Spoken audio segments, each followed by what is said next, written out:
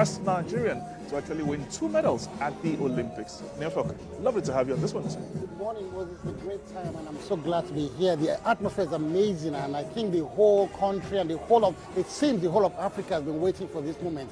I think it's one of the biggest, the first of the biggest races in the year, and being an Olympic year, a lot of people are excited about it, and we really have a nice atmosphere here in Lagos. Right, the excitement is absolutely palpable, and I'm sure the athletes themselves are looking forward to a great outing here. Who will be crowned the champion of Access Bank Lagos City Marathon 2020? I said I need to start saying 2020, but that's what it is. We'll find out very shortly as the race will be kicking off very soon. So let's head off to what exactly went down last year, and of course what to look forward to in this particular year.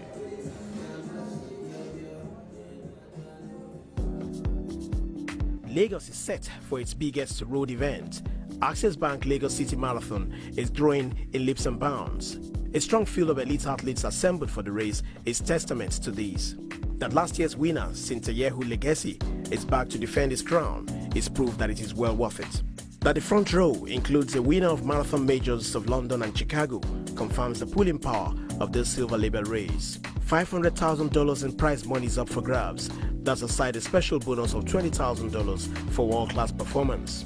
The Access Bank Lagos City Marathon accommodates all along its 42-kilometer stretch, which starts at the National Stadium in Surulere and snakes through major roads like Third Mainland Bridge, Osborne Road, the Lekki Access, before ending at Eco Atlantic. While the elites compete for the main prize, there will in between be races for those who can only do 10 kilometers, and there are competition categories for special athletes, as well as prize variants to encourage greater Nigerian participation and performance. Emmanuel Gian is one of the accomplished Nigerian road runners. He and his wife, Deborah Pam, are optimistic of a good outing. I work hard to see that I could make up this year, because the last 4 editions I have been placing 6, 7 position, but this one I have prepared myself enough to see I can come up to the ladder to claim the title. It came to my knowledge that your husband will be running alongside you. How would that boost your morale into winning this? Well, it's not the first time of my running together with him. We have been running in different categories, in different competitions with him.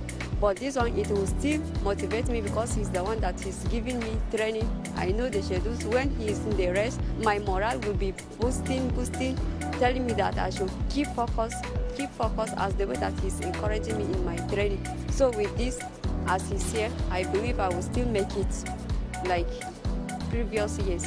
Like every marathon, there are those running for charitable and advocacy causes. Osaru Egboban, a senior, is running to draw attention to the dissemination of justice. I'm running for a cause which is to draw awareness regarding the administration of justice.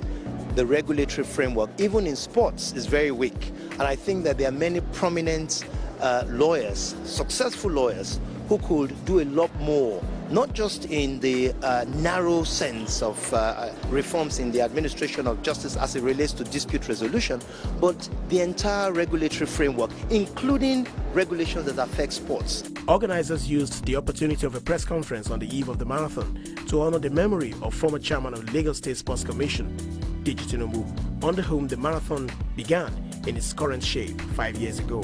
And they are set for the action. We are ready. We all know what our responsibilities are, and we are ready. We are ready. I mean, there's nothing else to say about that, and I'm sure that by the time the race starts and the whole process ends tomorrow, I'm sure the Lagosians and everybody will have something good to say about the marathon and just have their own experiences. There are a lot of new introductions to this year's race. The most significant being that we ask people to pay to come and run this year's marathon, and to that end, what we've done is to also introduce an increased prize money for the 100 meters, which means the first gets 50,000 naira each. The first 100 men to cross the line gets 50,000 naira each. That is a good investment for your 5,000 when you think about it. It means you're making 45,000 on your 5,000. So run fast tomorrow and have fun. All right, action still continues here, and this is our studio setup at the finish. And I'm sure later you will actually catch the athletes going right behind us.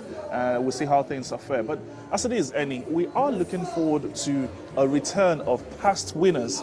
And let's and talk more importantly as to how this is the 5th edition, how this race has grown in leaps and bounds. What is it, the organizers, what have they put right that is making IWF very excited about this race? Well, I think that there have been changes every year. I know running was never a culture in Nigeria, running marathon, road races. And each year, people come here, they meet the excitement, they meet the fun, they meet the love from Nigerian people. And then every year, the athletes that participate always look forward coming back. I know you talked about past winners. I know the 2017 winner from the female roder. She's coming every year. She's a very amicable lady. And she keeps on saying that she'll keep on running events every year. She loves Lagos. She loves the atmosphere. She loves the party afterwards. She loves the music. So we're bringing a whole industry together. Nobody parties like the Lagos people, and then Banky will tell you that. But see, when you run, you can see what's happening at the end. People are all here. The crowd is already here very early. The race hasn't started. The party is going on. The music is there, and people love the atmosphere, and that's why people keep on coming back. The organizers have done well. There have been improvements in every year. We don't always have the best in terms of things, but you can see from the labels now. We are now a silver label race, one of the best in the world. So we keep on growing and we keep on growing. And I think all kudos to the organizers of the Access Lagos City Marathon. Now, would you say the culture of marathon has actually come to stay? Because we've got all these big races and some of them well labeled also. Would you say that has come, and what would you attribute that to? Are Nigerians taking fitness very seriously now? I think the culture of running road races in Nigeria has actually come to stay. And Access Marathon can take a big chunk of that praise, because everybody wants to run the marathon, and the marathon is a long race, and people now start thinking, okay, we can be running shorter ones and preparing for it during the year. And we can see lots of road races coming on. We've seen 10Ks, 20Ks, fitness events, and it's clashing, or it's coinciding with the time that we have a big booming fitness industry in Nigeria.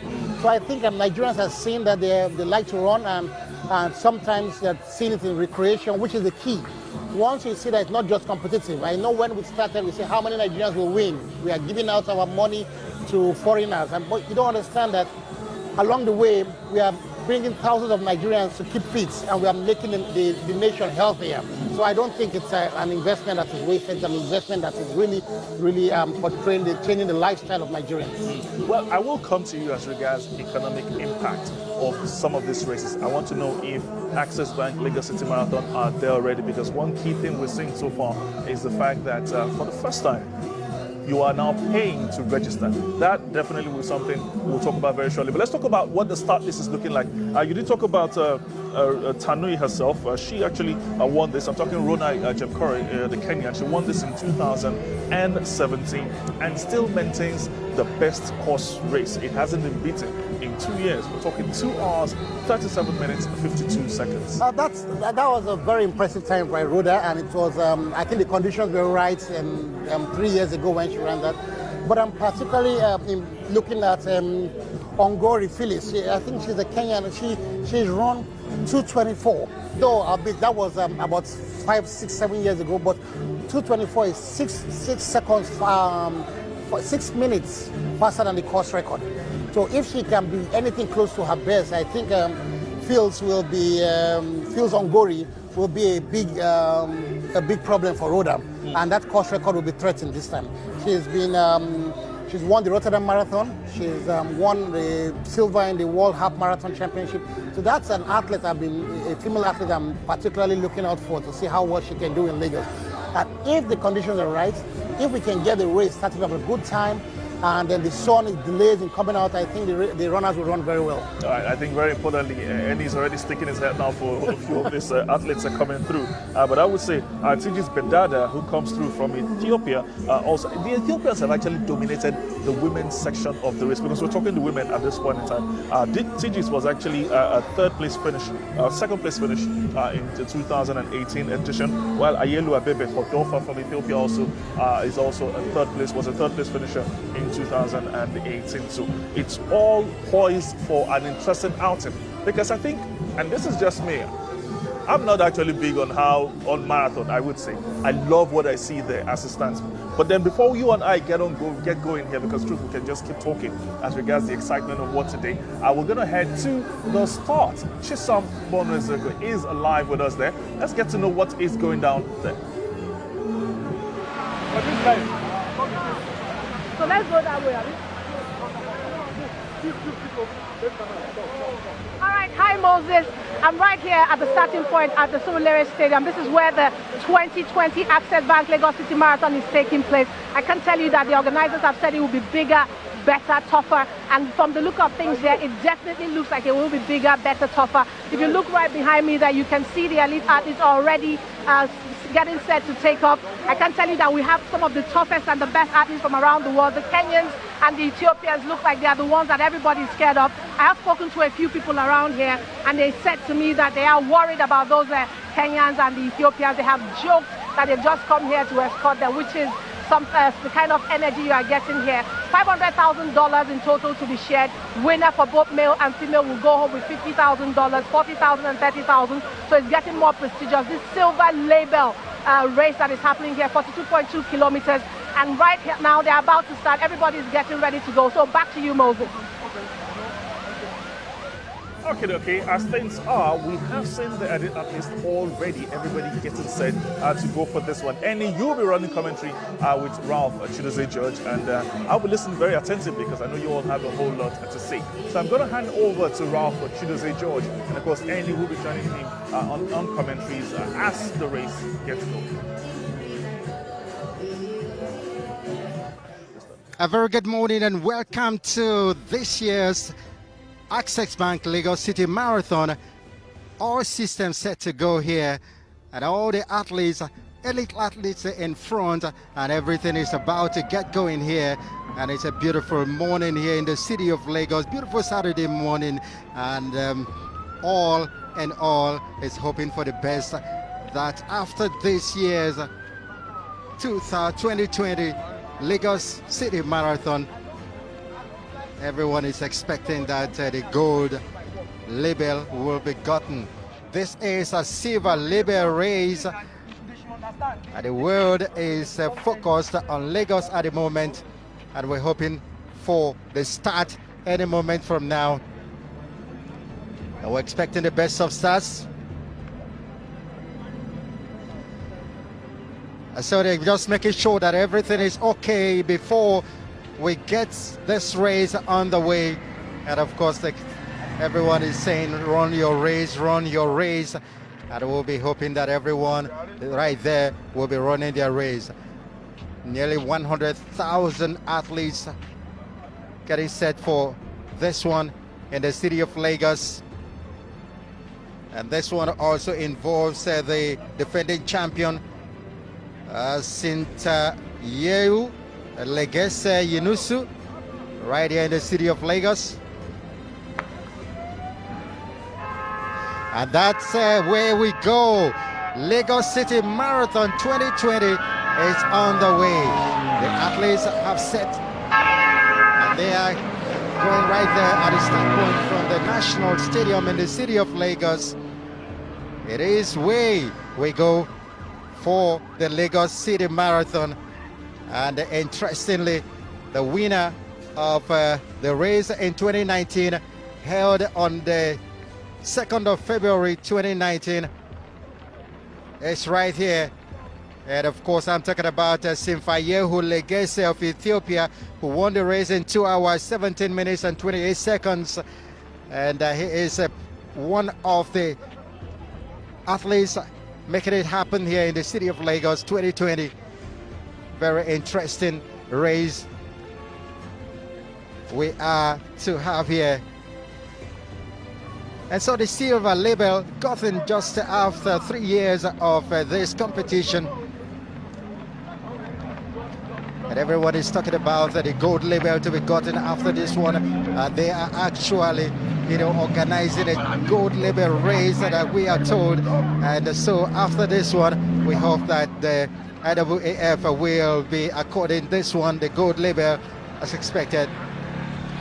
Let me welcome my co-commentator here, just joining me from the studio.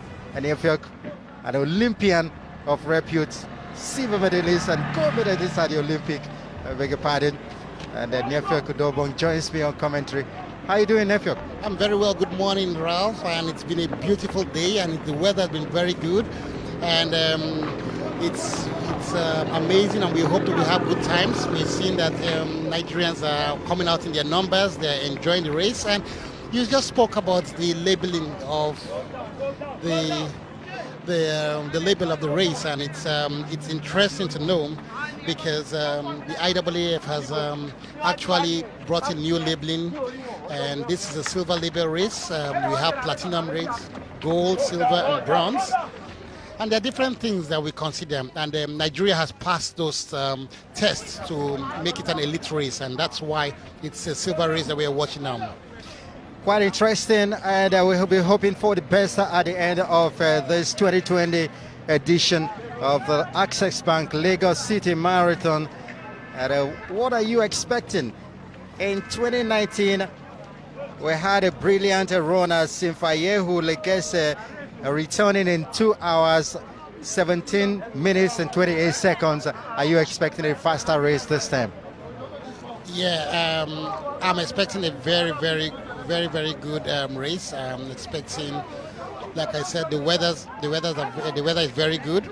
So I'm actually expecting that. And we have actually started this year's race earlier than we did in 2019, and so we are expecting a very fast race because the weather is very okay for marathon. And this is something that is very critical in IAAF races and in the World Athletics now, as they now rename themselves. So Ralph, you can see that this pacing, do you have any, are you in support of this kind of pace racing to direct how the speed of the race will go? Well, the job of the pacemaker is to make the race a fast one, and of course the winners are finishing in a time that will help in the chase for the label that everyone is talking about.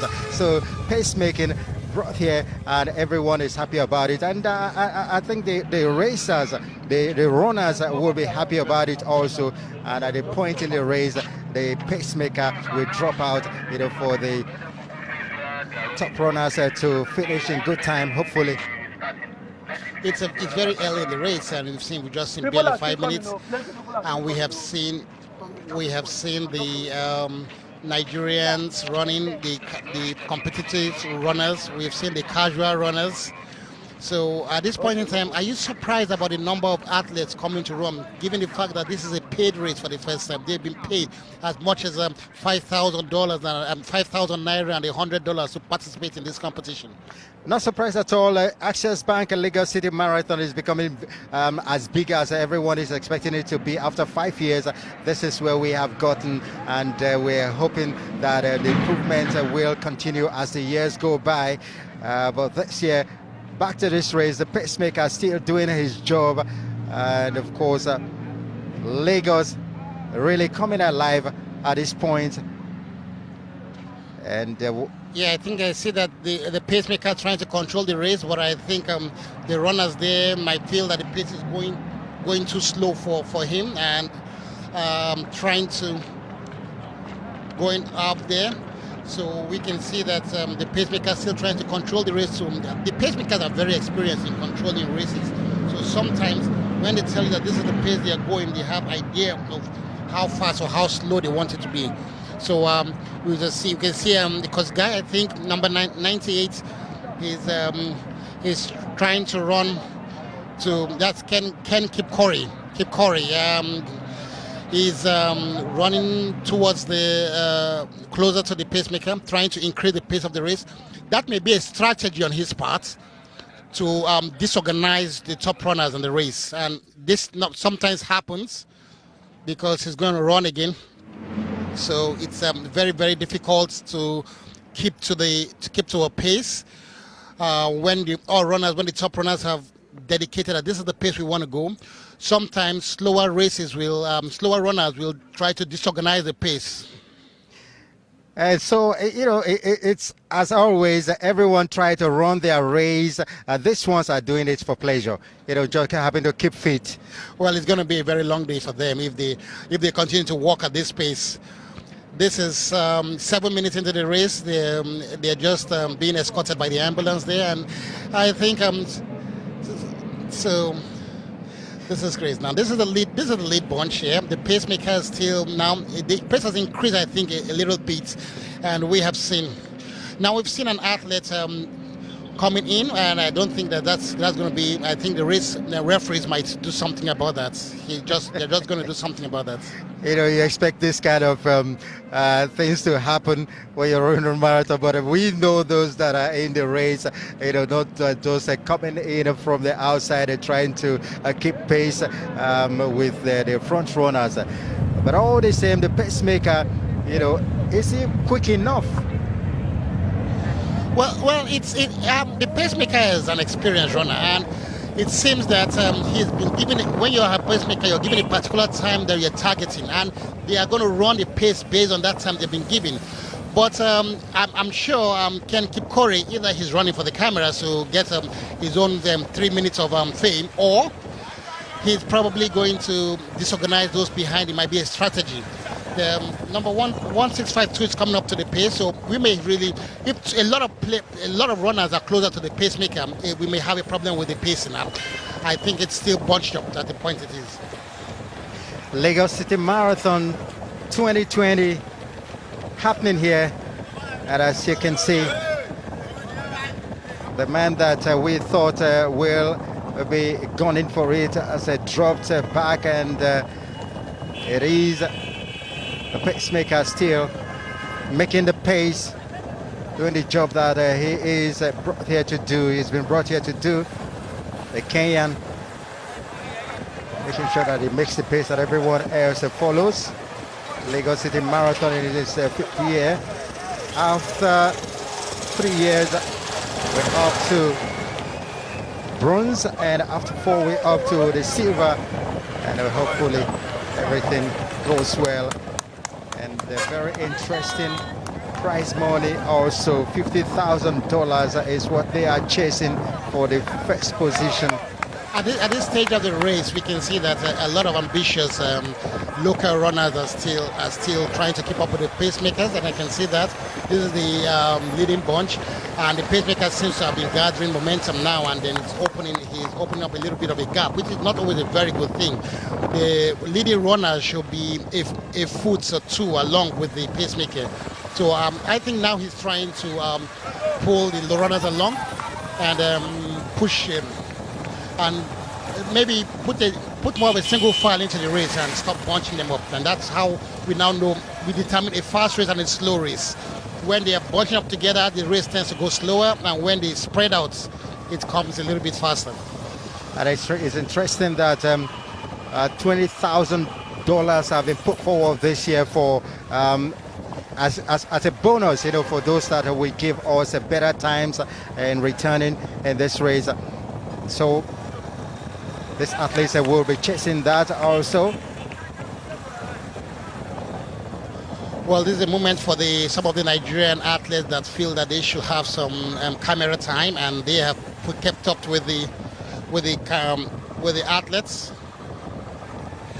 athletes that are going. So that's fine. We can see Ken Kipchoge has dropped back to 4 or 5 places behind now. The pacemaker is really putting up the pace. That's probably what is expected of them.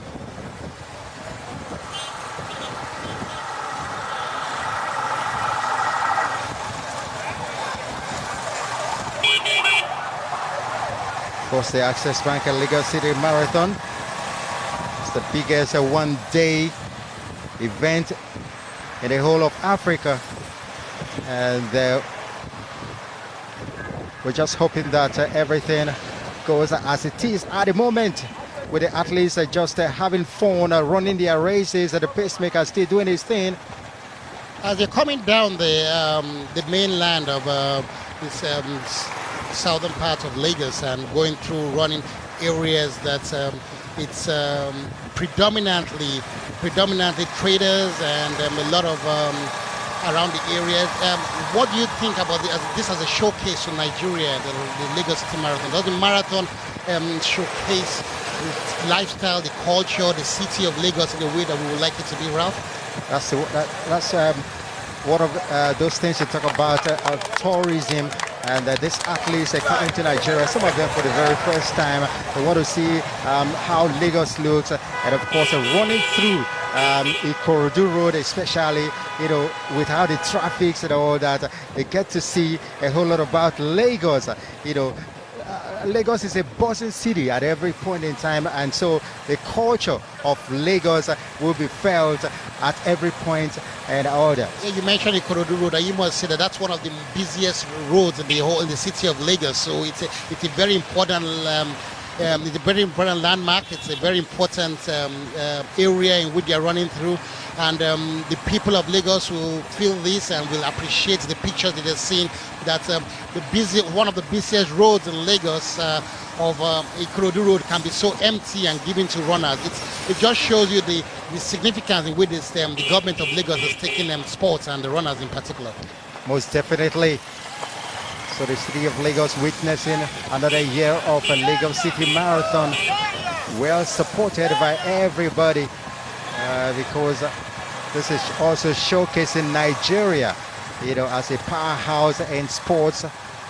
Even though we don't have our athletes winning this race, it's not all about winning. Participation, we enjoy the participation too. We enjoy the growth in culture, and we know that this is not our strong point, but this is 5 years into the race, into the marathon.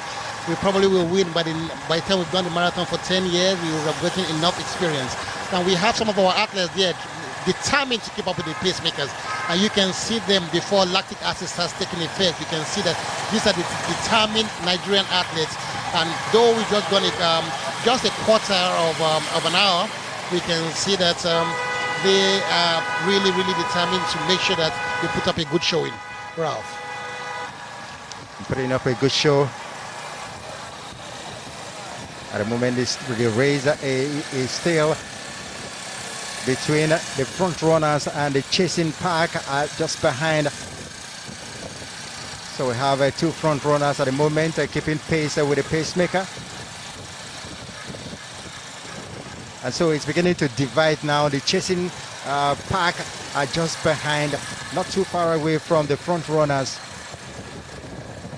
The pacemaker, Bernard Chicher, on his own right, is a very established runner too. He's run the 5,000 meters, he's run the 10,000 meters in competitions. He's run a couple of half marathons and marathons in his career. So he's an experienced man and he really knows what to do. But I think Ken Kip Curry, the number 8, with the number 8 beep, seems to have something on his mind. He's taking over the pacing. The pacemaker doesn't seem to be able to keep up with him. This might really disorganize the rhythm at which the runner is running, because he is expecting the pacemaker to give him a pace, and the pacemaker seems to be not to be very regular in his pacing. It goes fast at a while, goes slow at a while. So I don't think that they had a discussion before the race knowing what to pace, because when you pace, you want to know every kilometer what time you go. So I do not know what the organizers or what the top runners had given to the pacemaker, and if the pacemaker is capable of running such a pace for them. So sometime back, a little bit of discussion, a little bit of a chit-chat, pacemaker must be saying, and this is now the chasing pack playing a little bit of catch-up at the moment with the two front runners.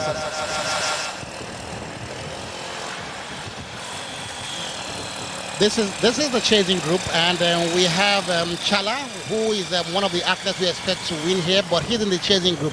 So is it that they feel that the pace has got out too fast for them and they decide to keep up their own rhythm? Because we have a field of very established athletes in that chasing group there. So they probably might decide that, look, when the pacemakers are going on their own, they'll keep up there.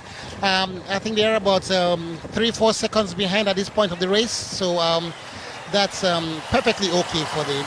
But in terms of the physics of it all, trying to get people to break out in the air resistance and everything, I think they should be closer to the pacemakers at this point in time.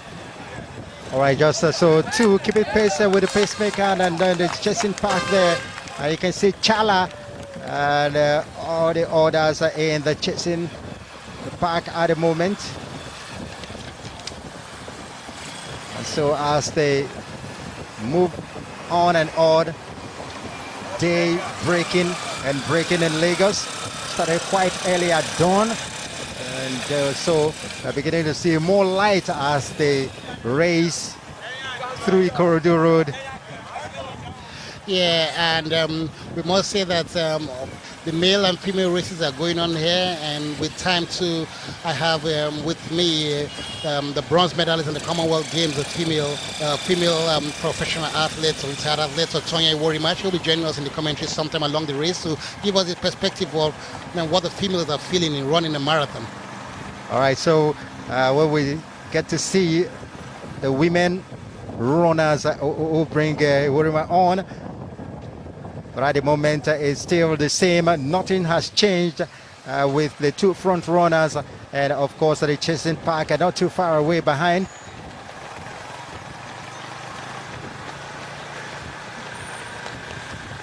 Lagos City Marathon. At the beginning, the first edition had over 50,000 runners taking part, and by the time we got to the second edition, over 100,000 runners, just as it is this year. In February 2019, we had over 100 runners, and as you can see, the pacemakers are asking them to keep pace with him, take it easy, you know. You really need to take it easy. It's 18 minutes ago, and you have almost, you're going to run for another 2 more hours. So it's something that they always say it's a marathon, not a sprint. And some people don't have the patience in mind, or the mindsets to know that they have to strategize their race and conserve their energies. This should evenly distributed along the whole 42.1 kilometers. And so the pacemaker asking that man that just come from nowhere to please. No, well, we don't even really need to bother about all those. We will have the odd couple of notorious people coming in, but the organizers are well informed, and the technical crew are totally professional. So you will have to pass some. Pass chips to record each kilometer or each area you pass. So there's no form of cheating or no form of abnormality that will be tolerated in the race. You can be sure that that man just came out of his compound, out of his house, to join the race.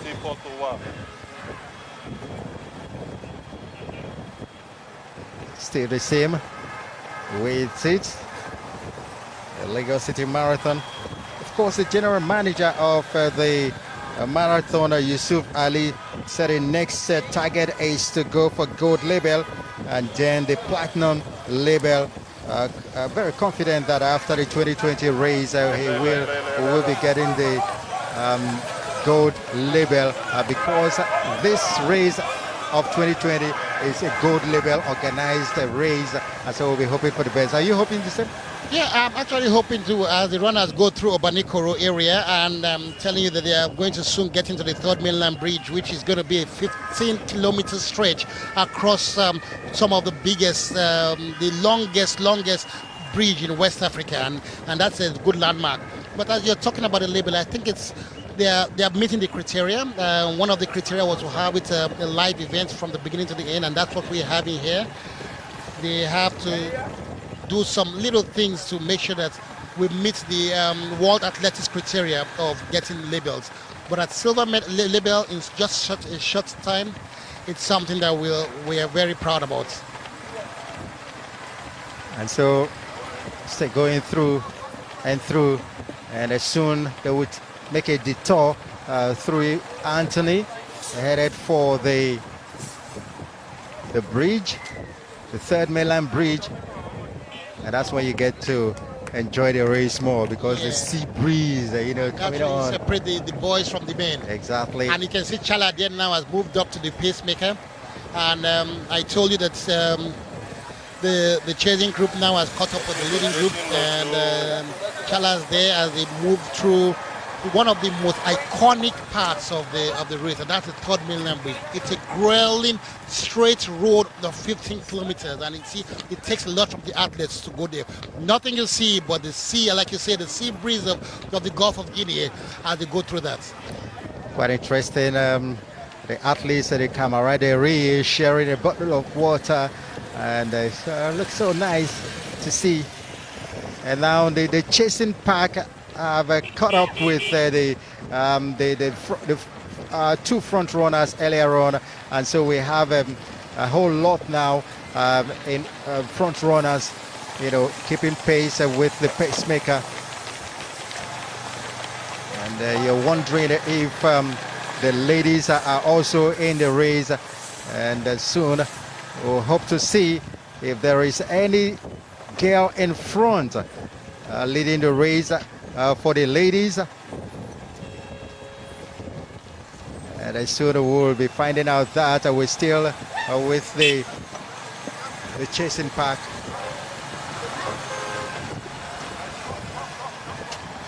Yeah, we can see now there's a little ladies in the bunch of some men there, and the ladies are coming in through. There's 23 minutes into the race, and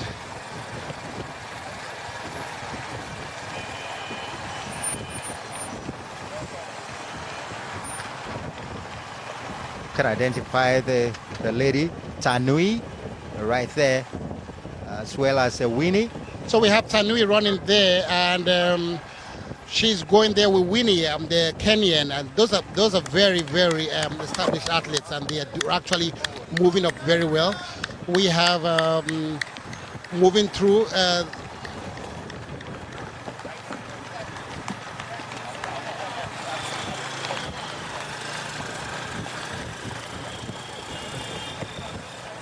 See what it is, this pack and not the front runners. We got them. They are in different groups, as it were, chasing pack, the ones that are behind the chasing pack and all that. But Tanui seems to be quickening her pace as the leading woman in the women's race at the moment.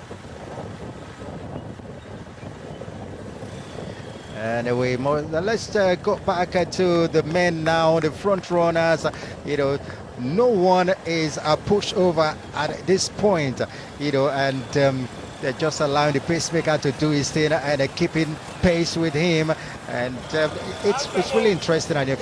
We still have a bunch of people at this point of the race, and you can see that shows that it's really a manageable race, because when we still have lots of athletes, we still have I could see maybe 20-25 athletes still bunch up. We still see that it's a comfortable pace as it is. The pacemaker has been a little bit irregular in his pace, and probably that's due to the presence of Kupkuri that had tried to push him faster. But I think he's experienced enough to know that the pace is expected to run, and I'm hearing that we're looking at 2 hours 15 minutes in this race for the men, and that would be probably would be a new course record if that is run. That is chopping off 2 minutes from the 2019 winner, 2 hours 17 minutes and 28 seconds in that 2019.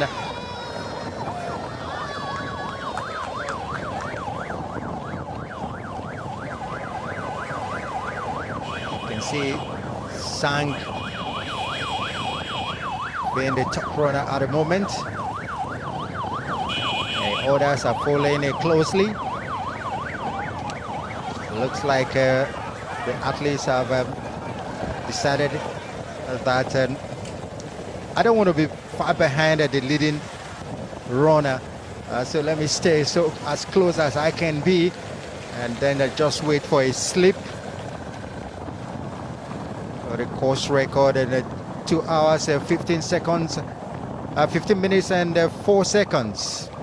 Okay, as they go into the third mainland bridge, they're about to get the foot of the bridge. 2 minutes 15 seconds, 0.04, run by Abraham Kiprotich from France in the year 2018 edition. That's the course record for men. The lady Rhoda, who is supposed to be in this race, we haven't spotted her yet.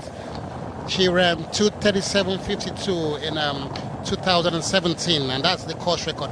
And what we saw there, we saw the Tanui, the female, running up, and she's a 227 runner, 225 her best, Tanui. So she has every capability to shatter the course record.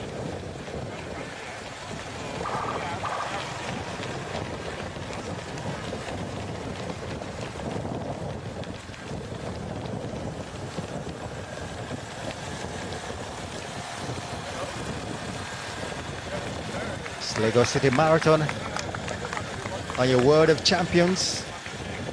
Super sport across the continent of Africa. And so it's becoming a very bright morning in the city of Lagos. And Shani, if you would have loved to run this race with such a beautiful weather. I doubt it, Ralph. I would have loved to run the beginning of the race, the first 400 meters. I would have been very good, pretty good at that. That's why we have a different runners for this one. But we've got 10 kilometers a race also to come, and so Lagos City Marathon, well diversified for everybody. Whichever race you want to run, you run. There's a pleasure race also. And so you can see with the effect of the cold weather in Lagos at the moment. Yeah, as the day is beginning to break and dawn, we are moving through.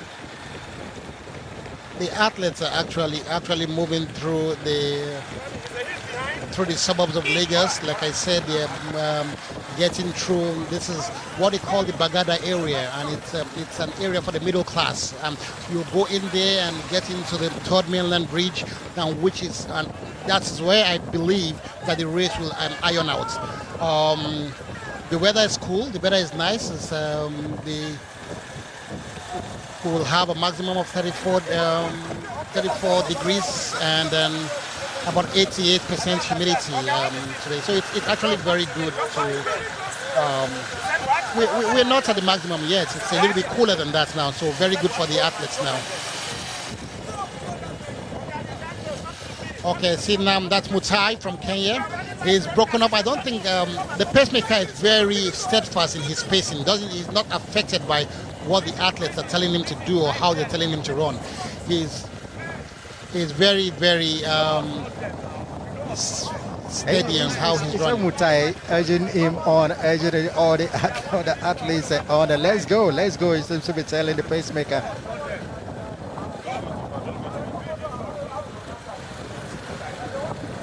Okay, that comes back. Ken Kipkuri. He's taking the hat off now. I think he's moving in with Chala. The pacemaker seems to be falling behind pace now. He's got to keep in front. He's got to keep in front. Or the athletes have got to believe him. And that's the key. The key is trust. If you trust is doing the pace you want, no matter how it goes, you must keep to him. So there's a key element of trust in this race.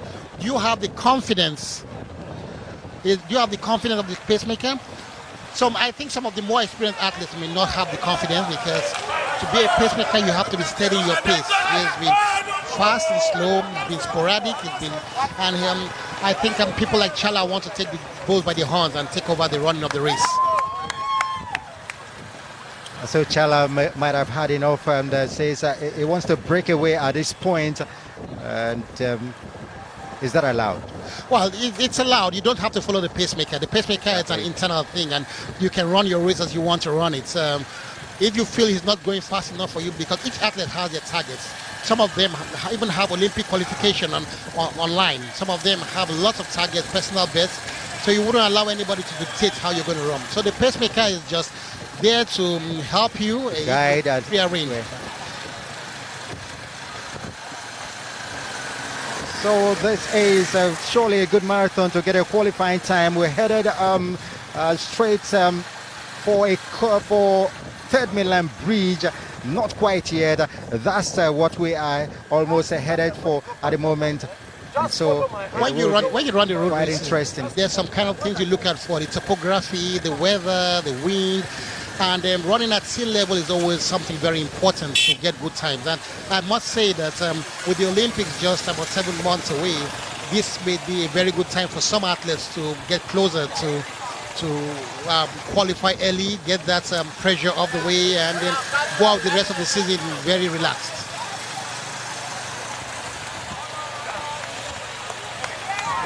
All right, I'm sure you like to look at the ladies also there. And we you have the Tanui still right in front there. And we say Rhoda Corey Tanui. She's the course record holder. She's won this race 3 years ago, and she's heading the bunch of ladies there.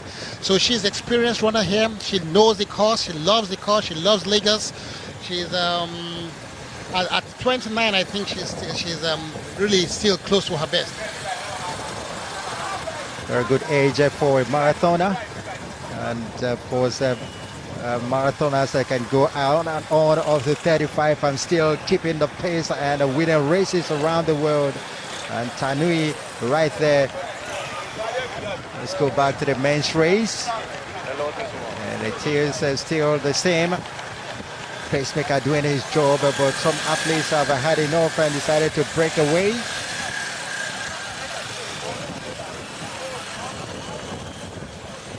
Interesting to have people lining the street to look at these athletes, see the athletes from all over African continent and enjoying the race of the Lagos City Marathon. And you can see the pedestrian bridge and lots of people up there watching this Lagos City Marathon. Beautiful Saturday morning in the city of Lagos. Done 33 minutes already. Still a long way to go. It's a long journey. It's a marathon, and that's in every sense of the word. It's a marathon. Literally, it's a marathon. Physical, it's a marathon. Emotional, it's a marathon. And they have to go through all these things. You just have to keep your focus for the whole 2 hours of the race, 2 hours and plus whatever it takes. And now they've stepped into the Third Mainland Bridge, and this is the foot of the bridge, and you will see at this point in time, because the athletes can see the whole stretch of the road, and it can be very, very discouraging. You have to be mentally strong to get through this.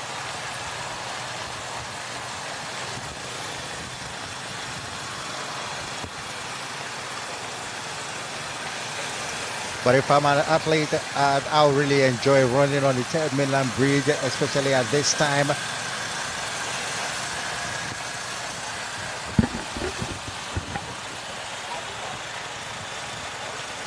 Mutai, Chala, Sabella, all in the front runners.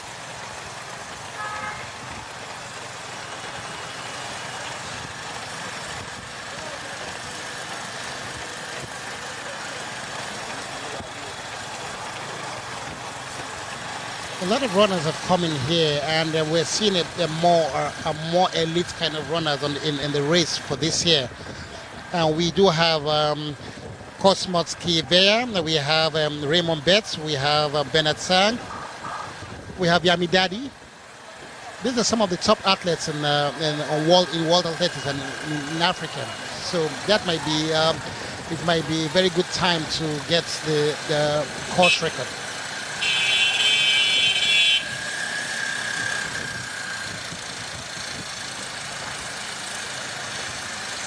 Of course, Mike Mutai,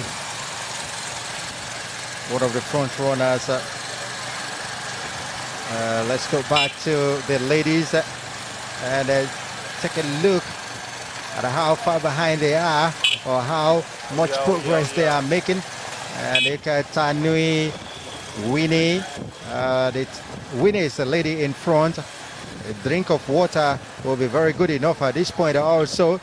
So we have a group of about 7 ladies that are doing good time, and like I told you, they're still together, and they still, so nobody has the move yet at trying to shatter this out. And soon, very soon, someone is going to make that break. So the ladies are having a great run, not too far behind the men. You can see the experience of Tanui. She doesn't seem to be putting too much energy. She very experienced runner, 56th ranked in the world. She seems to be taking it easy. She knows the course, like I said earlier. She's been here for 3 years. She's a winner, course record holder. So I think she'll know where to put up, where to go fast, where to change pace. And some other very intelligent runners will be taking the cue from her. Definitely. Winnie still in front of. Got a few men keeping pace with the ladies also.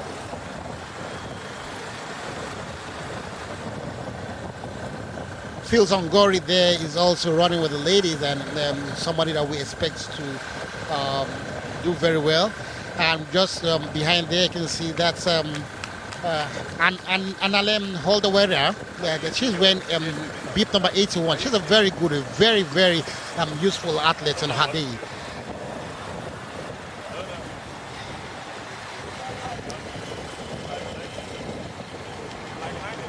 So one of the big keys of getting a good label, or getting the platinum, the gold, the silver label in your races, is to have equal prizes for men and women. And do you think that that's fair when you're considering the number of the interest in the sport? Is that justified, the equal prize, Ralph? Well, that's what everyone is clamoring for in the world of sports at the moment. We saw the footballers clamoring for that, and so why not the marathoners? They're running the same race. It's 42 kilometers. They are running the same race. So why not get equal amount? It doesn't matter if the men have finished stronger, or it should be. Well, that's a good thing with gender equality, this new age. The world is changing, and we have seen that Winnie, Tanui are still the leading pack of the women race. And they are also going to head into the third mainland bridge in a couple of minutes, and we can see over half an hour gone, and the race is still together. We still have people bunched up together, trying to make sure that they finish the race in good state. The women, we have about 8 of them together, 8 of them bunched up together, and hopefully this is going to try to better the course record. But I can see Tanui doesn't seem to be so bothered about the course record. I think the primary objective for most of the athletes first is the $50,000 prize money. I think I would have been very motivated by such a prize money, one of the biggest prize money in African road running, in fact in African athletics. And that's why it is the biggest one-day event in a marathon in Africa at the moment, the Lagos City Marathon, and lots of other monies coming in as encouragement. We talked about the $20,000 of those that finish strong enough and all that. So it's all making Lagos City Marathon, a marathon of note in the world. Now back to the men's race, and now. Yeah, like I told you, when we get to the bridge, we'll see people trying to break up through. Chala, like I said, a very useful runner, and then Kipkori, they are breaking up in the front. The pacemaker probably seems lost. He's either done his job, probably, or he's out of it totally. So we're moving now to a point where it's those that can run, and they can run well, that will take the bridge to be a challenge.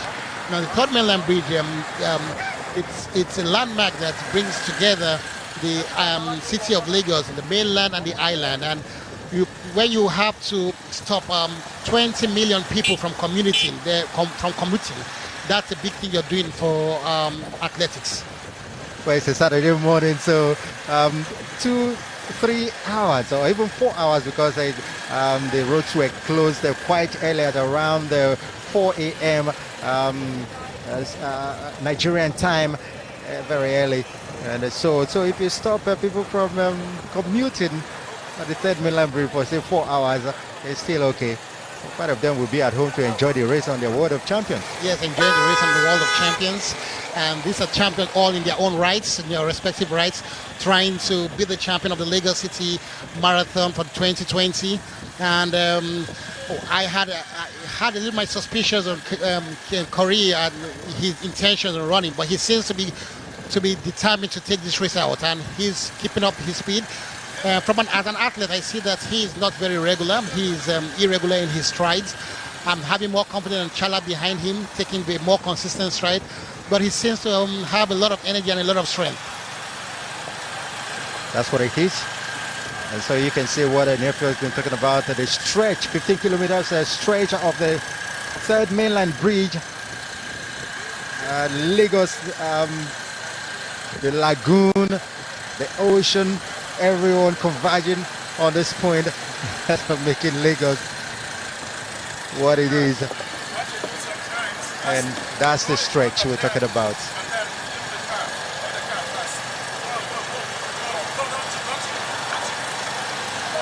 Well, Kip Curry, number 90, with the number 98, seems like an unofficial pacer. He's been looking back to see where the pace is, or is he just looking back to see where his biggest opponents are? I had suspicions about him initially, but I think he's in for the long run. I think he's determined to win this race. As they go down the stretch in the third mainland bridge, we have the city of Yaba to their right, and we have the city of Lekki to their left in the distance. So they'll be passing through, seeing the beautiful silhouettes of the University of Lagos, which is one of the premier universities in Nigeria. On their left-hand side, they'll be seeing silhouettes of Ikoyi and getting towards there. So it's a good view. A lot of water they'll be seeing. They'll be seeing the lagoon. But I don't think the athletes are here for the sightseeing. I don't think they're here for their tourism potential. I think they're all here for some business. Some dollars, I must add. Oh, definitely. For that kind of amount, and if not that yours sincerely is here running commentary alongside yourself, I would have been there trying to. Oh, Ralph, I know you're a very established marathoner. I'm sure you've run a kilometer or two in your life before. I never ran the race. But all the same, for such an amount, you'll be tempted to do it. But it's quite interesting. Lagos City Marathon. We're talking about running the race. I will just talk about a little bit. Number 165 is going out forward. Is he in the lead now? Is he picking up? Some people have different targets. He may have the target of just 15 kilometers. Some have a target of 20 kilometers. Some have a target of being seen on TV worldwide, all over the world, billions of viewers.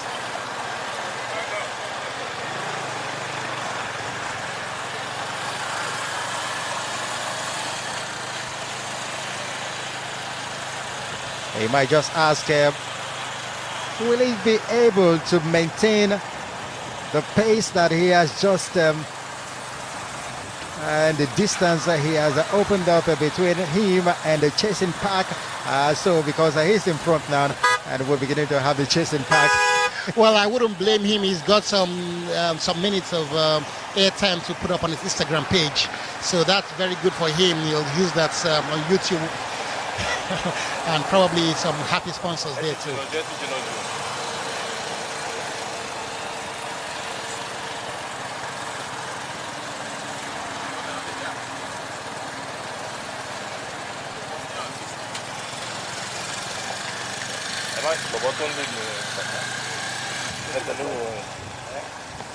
His running form is probably like running very well like a professional runner, and we just can't get his name down there.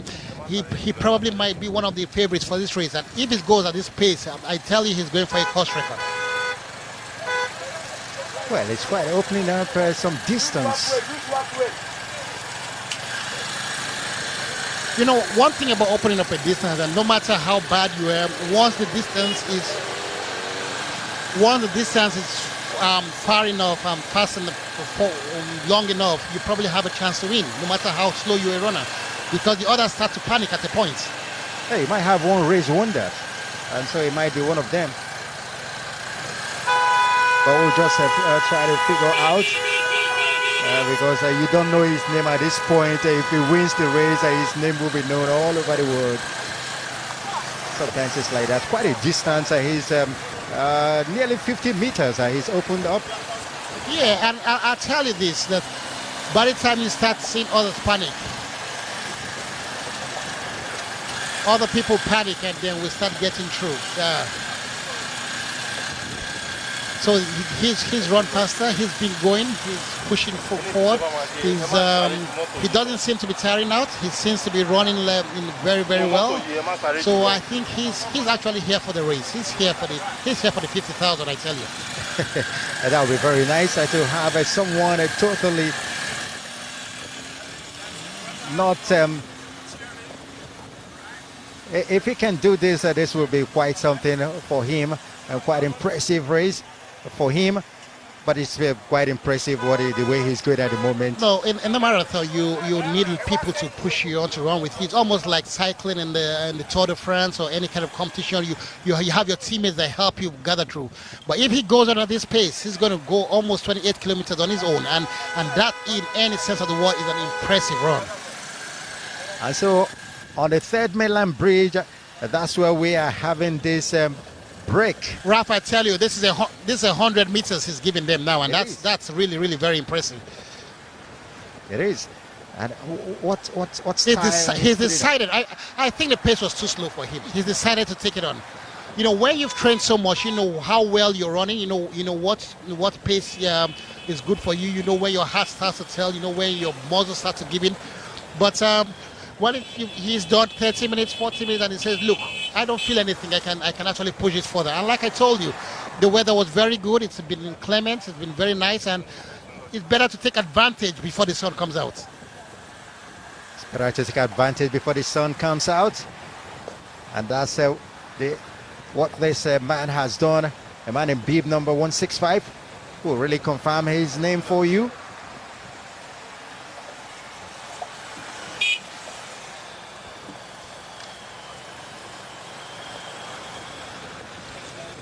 So they must have done a whole lot, maybe 10 kilometers of the third mainland bridge, and soon they will be descending and going off the bridge. So this is impressive. Impressive bits of running. Very impressive bits of running. Meters, almost, if not more. About 200 meters. He keeps opening it up. He keeps he's consistent. His hands are going in a very conservative mode. His legs are moving in, and we've been having. He's running well. He's bouncing right, and over the course of the year, here we've been talking about shoes in the world athletics and how well the shoes help you to run. But I think he's going very consistent on a very good pair of shoes there, and he.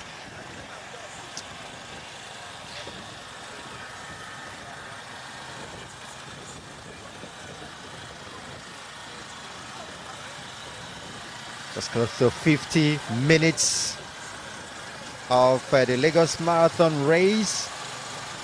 He's going through at about an hour and 10 minutes or an hour and 5 minutes. Would have done the half marathon. And if he has this gap halfway through the race, I don't really see anybody coming up to him.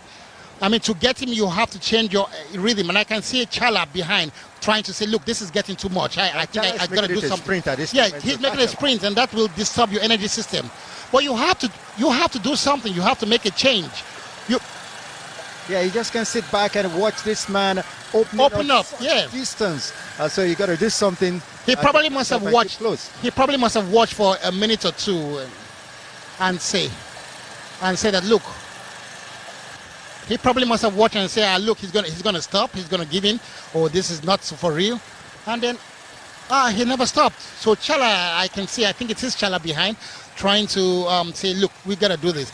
Now, you know, this is a race predominantly that's been dominated by the Ethiopians, and there's been a rivalry between the Ethiopians and the Kenyans, and the Ethiopians have been doing something, winning this race. So I think the Kenyans now have decided that, look, we gotta have this race back in Nairobi. I said they'll be hoping for that.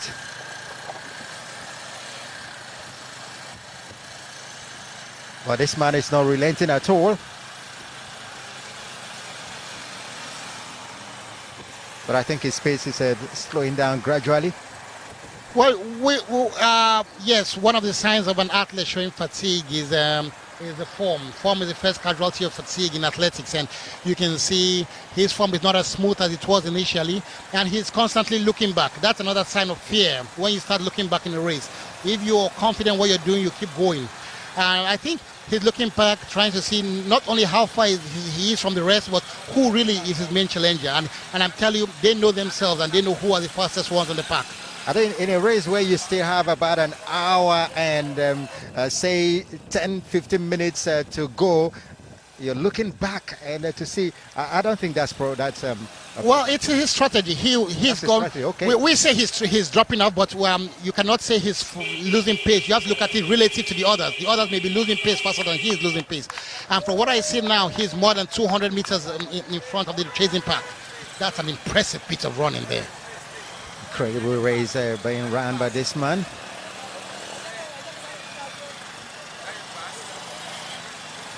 It's all still on the third mainland bridge, very iconic bridge, spanning 15 kilometers. And so, I saw the front man is beginning to even lose the sight of the chasing pack. This is some distance in your field. I can't believe this. It's impressive, and unfortunately, we don't know who he is yet. He looks like Raymond Betts or Bernard Sang, but I can't give that for certain.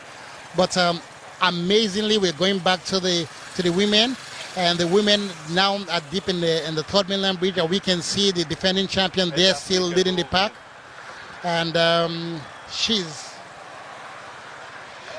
there. Nobody is really taking the gauntlet. We have a leading pack of 4 or 5 ladies there. Not like the men's race where someone decided to break away almost 300 meters. But the ladies are still keeping close to each other with Tanui, Winnie still in front, and Cherop. Also, these are the 3 ladies in front with 2 behind. They have Cherop, Tanui, and Winnie,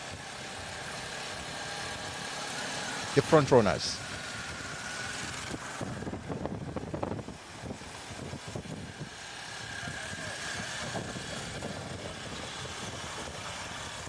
So it's 54 minutes and seconds gone into the race, and the ladies are also on the third mainland bridge. Definitely, they are not just too far away from the men. Let's take a look at where the men are. Chala also breaking away from those the pack chasing now, and so Chala has opened up 50 meters, but Chala is like 300 meters away from the front runner. But I told you, Chala had tried to break up. Then once he saw that the leader has this, but I think there you have him. This is half a kilometer gap. He's really pushing it out through now. He's keeping up. He's not relenting. He's pushing. The moment the chasing pack lose sight of him, I think that's when we can say it's almost over, because then you can't really know what's going on.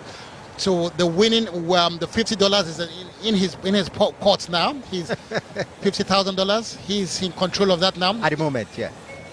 At the moment, he's is in the lead, and so if we have an undulating sort of a course, they would have lost sight of him, but because of this at the third mainland bridge, and I told you the third mainland bridge is a critical part of this race. That's where we see most winners and the losers in the race. And he may I'm trying to get his name. It seems you can't recognize him, Bernard Betts or Raymond Sang. He is someone that seems to know this race. I believe he's come to this course, he's come to this marathon before, and he knows that this is where you must make your move. You must make your move here. Impressive bit of running, impressive. And he has made not just a move, but an incredible move. At 56 seconds, he's opened a half a kilometer lead. And if you don't close up this gap on the third mainland bridge, it might be difficult to do that. It's incredible. He's putting it. Ralph, I'm not a betting man, but if I was a betting man, I'll tell you that this is your race winner you're looking at now. But it's really looking good at this moment. But then we just hope that it doesn't run out of steam. It keeps the pace as it is at the moment, and then if it keeps this pace, then we say that. I think our producer has told me that he's put a beer on him not winning it, and I'm going to take him on the challenge. If you take that beer, you can run a kilometer. So forget the beer at the moment. It's a beautiful Lagos Marathon we are witnessing on this beautiful Saturday morning in the city of Lagos. Access Bank Lagos City Marathon. That's what it is. And this edition might just be the edition that will produce a gold label at the end of it. And if you're at this point, we've gone over 20 kilometers, and then we're going, or close to 20 kilometers, I would say, about 17, 8, no, we should be close to 20 kilometers. And I would like to know how fast he's pushed up in the last kilometer, because I'm seeing a very, very professional athlete here. Someone that has known where he's going to run, how he's going to run, and what he's going to do. He has dismantled the field. He has destroyed the field. And if he does this going off the third mainland bridge, it's very, very difficult to get up. Because the other part of the race have lots of sightseeing, lots of buildings, lots of things that push away the wind and give you a clearer view of running. This is where he has to. And looking back, like you said the other time, it's never a good sign, but all the same, he wouldn't mind at this moment. If he looks back, he doesn't see anybody, he'll be encouraged about that. He will just be wondering, where are the others? But this is interesting to behold, really. And if it does go on this way and finish, he will be, he would have taken his bath before others come in. I think he'll have a cup of tea before they arrive. Great race this man is running. Let's just see where the ladies are at the moment. There they are. We'll pick them from the shoes up. Still the same group of ladies. Tanui, Winnie, Tanui, Cherub. We've got just the front runners still. Cherub Jamutai, you can see her there. Dinky also has a. She was a track athlete, ran the 5,000 meters at the World Junior Championships. So she's a pretty useful runner. She's on her best. She ran 2 hours 22 minutes, and I'm talking about Cherub there. So she's a contender there. She's won the Boston Marathon, which is a very impressive marathon too, on 2 occasions. So that's a very good race there. Rhoda Tanui, like I said, top 100 in the world for 56 ranks, course record holder. She championed 2 years ago. She's going to be wanting to get her crown back. Lost it last year. A very friendly and amicable lady if you meet her. But she seems to have put on a pound or 2. I don't know if she needed that to run faster. But at the moment, she's not complaining about the pounds that she has added.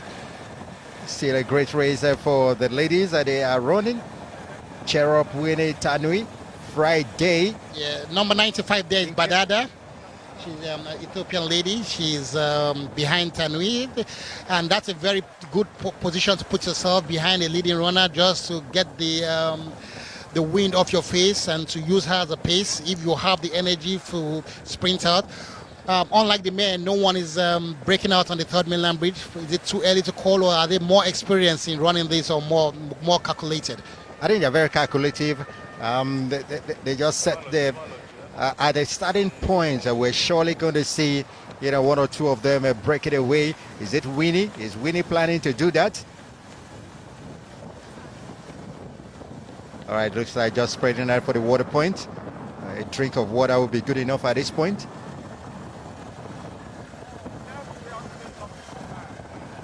It's always good to share between Winnie and Tanui. We've passed the hour mark on the Access Bank Lagos City Marathon, and we will soon start having the excitement of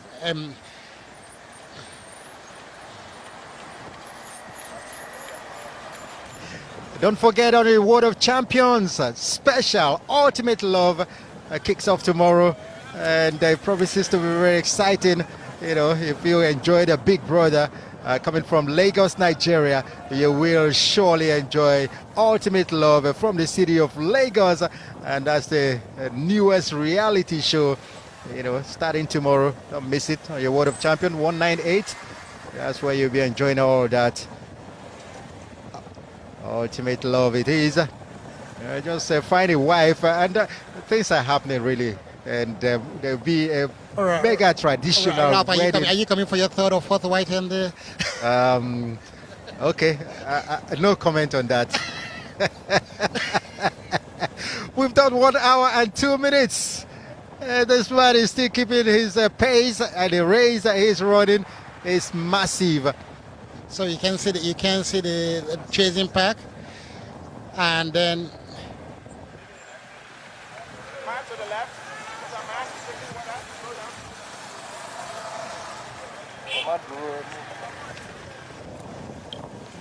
All right, if you listening to us and saying this run and not having his name, we apologize for that, and just before the race runs out, we'll surely get his name for you, because we looked at the long list of elite athletes, and his name we can find there, his bib number we can find, but surely we'll get his name for you. Apologies for that.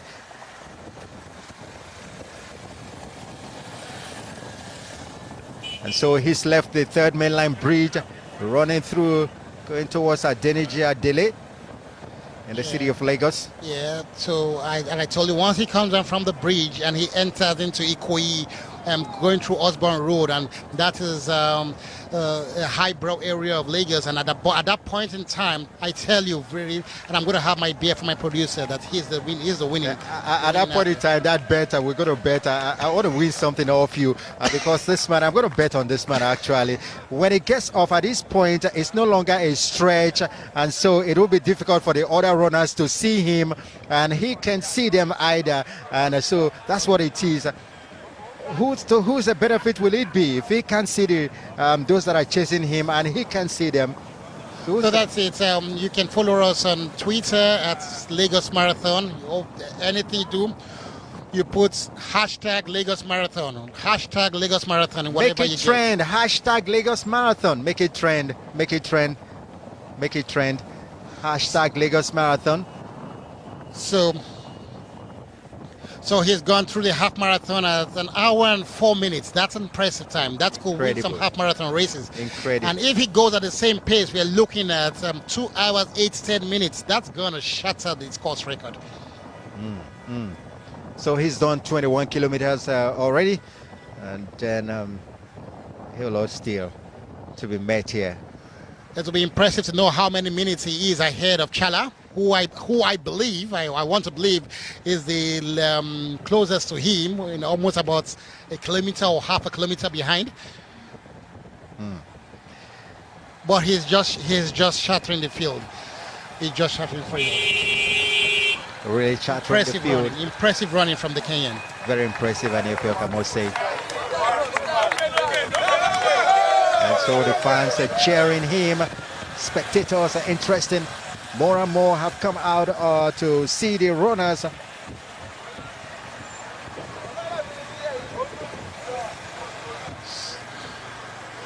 So at this point in time, I'll just like to give it to a lady in the house to speak on it. Otonye was a triple jumper, but she's been doing a lot of running 5 and 10 kilometers over the past year. So she may have a word or two to say about how impressive this run is.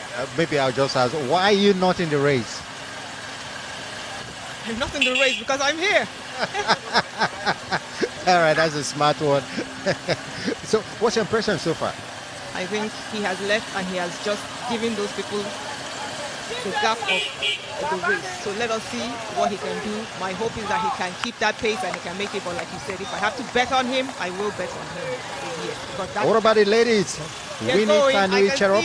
I think part of the problem they're having is that there's nobody to push them. But I see that they're still keeping the pace.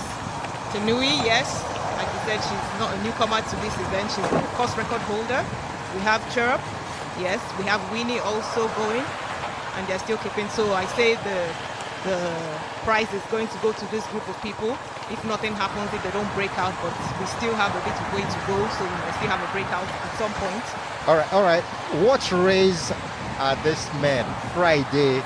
Well, I would think that they will be pacing the ladies. If I were one of those ladies, I would be using them to pace myself. But the ladies look like they're actually running more than them. They're actually running more than them, so they're not pacing. So they're probably trying to help, but you can see that they're not doing a very good job of it at this point in time. But the ladies are much more experienced, so they know what they're doing. So they are just, like you said, they are 60 minutes of fame here. So if you stay with the ladies, they are the ones that look odd one out today. So. All right, you just look at Winnie Chepko-Real. Winnie, her best marathon was at the Venlo Half Marathon. She did in 2016, where she finished second in 1 hour 11 minutes and 27 seconds. That's been her best. And so coming in 2017, she did the Valencia Marathon, of course, in finishing third in 2 hours 27 minutes and 18 seconds. So she might be prove faster this time. But I'm talking about Winnie. Yes, she should be one of the favorite. That's a good time. But we're seeing that Tanui is still keeping the pace. She has a better personal best in this. But let us see. Like we said, that the weather is really good. We had very cool weather, and it is something that you can take advantage of, because with this type of weather, you don't lose that much sugar and salt. You don't sweat that much. So it's something you can use to actually improve your pace, improve your course record. Very interesting. Thanks very much. And of course, from time to time we'll get your impression about it. But let's get back to what it is at the moment. None of the ladies want to take the initiative to break up. Well, I believe that they are comfortable with just having 3, 4, 5 of them. There's some marathoners that know they have strong finish, and they will depend on that. You just have to keep the pace with the leading group, and you finish strongly. But at the moment, I see more of a race in the ladies competition than I do in the men's competition. And Sherop, like I told you, this is an experienced runner. I mean, you've gone to Boston, you've won twice, so you believe that you can do that. Tanui, I'm the defending champion, Rhoda. That's one-time defending champion, I would say, and the course record holder. So she has the belief that she can do it. Winnie Day, on current form, one of the fastest in the field, and I think she can do that. It looks like you've concluded that the men's race is almost complete, but you can see it is no longer the 300 kilometers that he opened up earlier on, because there is somebody that is chasing. Yeah, I do, and we can see from the pictures there, he's past the 23-kilometer mark, and then there's someone coming closer. But how much energy has been expended during that time in trying to close that gap, exactly. that's going to tell through the final part of the race. So here he's coming down the bridge, coming into like I said, on his right now, he's the lots of sightseeing, the lot of distractions.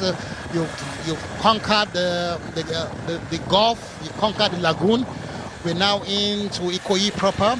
And I think it's Chala.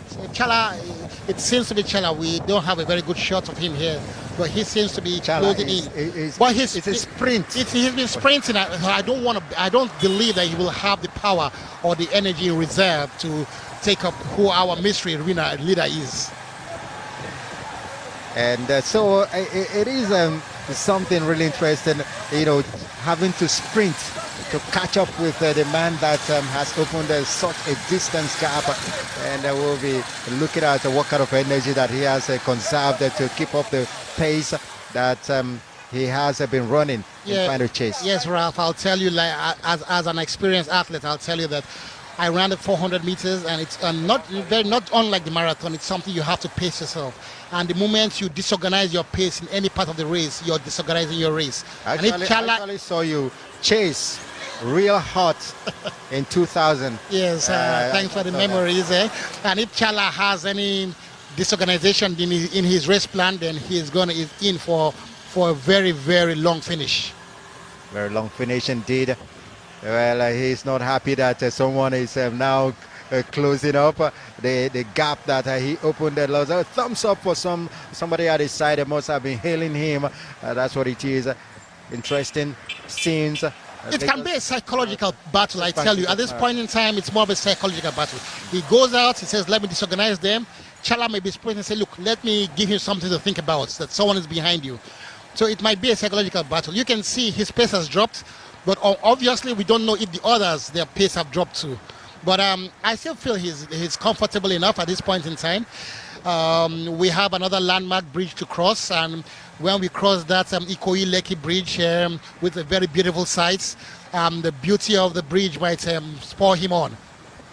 Indeed, side of that beautiful bridge that somebody said, let this bridge not fall. The way movie makers are really, every movie you watch, you have a scene from that bridge. Okay, we're hoping to see that bridge much later as they close up. Later still going through. Yeah, I think they're going down. We have the Dolphin Estate on your right. They are going through, getting into Osborne Road. It's still quite a distance. You have almost 17 kilometers to run. But it's quite impressive how he ran the third mainland bridge. And I keep on saying that that's the toughest part of this race.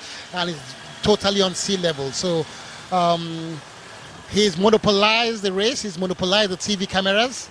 So I think his sponsors will be very happy about that. And this is a good way, good tactics in which to get all the attention you need. And if he doesn't win this race, he can know that he's won airtime. He has really monopolized the race, like you said. That's the word. At least in the last 5-6 kilometers, he has really monopolized the race, and that's very, very interesting for him. This is a race he will live to remember, no matter what happens at the end. Well, especially what happens at the end, because if he doesn't win, he will remember it. If he wins, he definitely will remember it. They will be regretting. So, one man leading the race up to this point. I think it's an impressive bit of running. And at this point in time, I'd just like to discuss and say, look, how has Lagos, Access Bank Lagos City Marathon grown over the past 5 years? What are the changes have you seen? Have you seen impressive? Have Nigerians come to embrace running as a culture? That we embrace this, because at the start there were criticism that Nigerians never win. Ralph, what do you think? Are Nigerians happy about this event taking place in Lagos? Well, it is go over around the world winning these races. And so you organize a marathon, you organize for the Kenyans or the Ethiopians to win. Well, I think it's a good source of income for their country. It's a good revenue building, because $50,000 is going to go to the Kenyan economy. So as we move in now, it's amazing he's still there, and Nigerians will look at this and say, why can't we do this? Why can't we run this way? Why is it so difficult for us to do this? It's not only about our physiology, not about our weather. We do have Nigerians that really, we are a nation of a variety. We have Nigerians that feel like this, look like this, and live in high altitudes too. Of course, so we have the Mambila Plateau, we have the Jos Plateau, and maybe someday, because the athletes are marathon running, is not something you build in one day. So has Access Bank City Marathon done anything to change that view with Nigerians? Oh, definitely. At least if not, the ladies have done a halfway or so, 1:15. Make it 1:16 as it is, just a couple of seconds away. And so it is still the same for the ladies. None has taken the initiative to say, I want to break out, I want to break free from this pack. Yeah, steady running, but this steady running is they're still guided towards the course record, because that will take me at 2:30, 2:31. And the course record is 2:37. So I actually believe that we're going to break the course record in both races in this event. And I think I put that down to one of the major causes is the weather, because the sun is just trying to show its head, and the weather is very cool. Humidity is high, but for the city of Lagos at this time of the year, the weather is quite cool. Quite cold. That's kind of weather you get back in the days in December. But now in February we're having cold weather in the city of Lagos. The Harmattan has shifted. Yeah, I don't know if we should blame or we should agree with the proponents of climate change or global warming or whatever. But I think the Harmattan season has moved in Nigeria, probably to move away from the Christmas period. Well, moved in Lagos, not quite in Nigeria, because in southeast Nigeria it happened in November, December, very cold. But then you can see the pace has quickened for the ladies. They've quickened their pace. Well, they seem to have quickened the pace, but we're trying to see once you see have a leading bunch of people, I think the pace is still consistent. We need to see a single file, and when they start filing out, we start having that look, somebody's taking the gauntlet. All right, might just see Tanui trying to do that. But Cherub giving up, very experienced runners in this front. 5 ladies. Winnie has gone behind, now 5th. So you have a Cherub and Tanui almost having a conversation along the way. There's maybe tactics going on how they're going to run and what they're going to do. Do we move at now? Do you lead? Do I lead? Because being the leader, it takes a lot from you. So you say, come, let's take the race.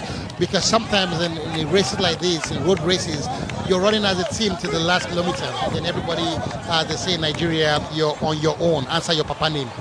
And something of note, it's not Cherub, so there might be a plan for Cherub. She took a quick look at her time earlier on to see how many minutes or hour we have around. So she might have a plan of breaking away at the point. As you can see from the leading 5 ladies, you can see the 2 Kenyans are in front and the 3 Ethiopians are behind. So this might be a national strategy now.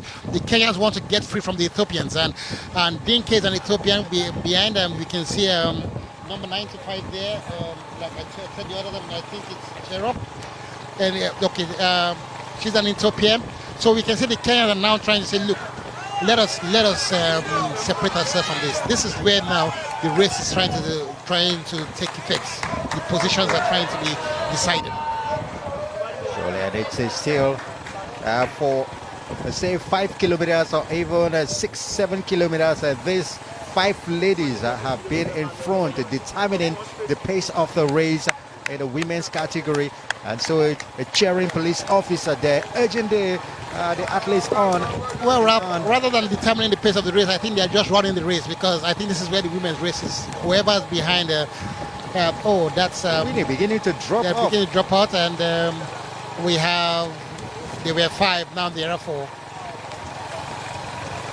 That would really be a shame. She's falling off the front runners.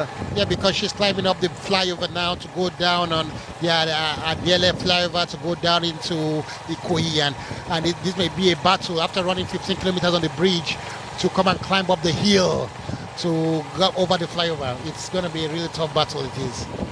I hope these men, they know that this is not the men's race, that the men are far, far, far away from them. Before they think they are with the leading group. Before they think, okay. So Tanui and Cherub, this is Dinke.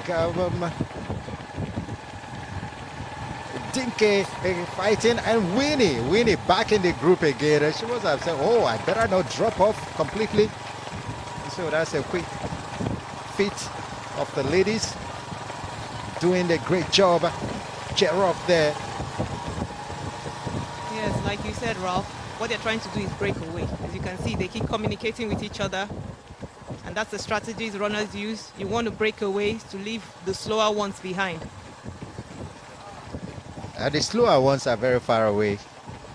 Yes, sometimes in the group, the bunch you have, what you want to do is to separate yourself so that at least they have like 2 or 3 of them that are planning their strategy so that the race will be between them. I'm sure like they might have looked back at that point when Winnie dropped off, and then they said, oh, we're now 4. But now Winnie's back in it, and so still 5 of them. Yes. Well, you see, they'll plan the same thing ahead in the race, and they'll try to separate themselves from the other people also again. We'll be looking out for that. Still, the Access Bank and Lagos City Marathon is what you witness under the World of Champions. Super sport. Making it happen. Yes, and what a good weather we're having.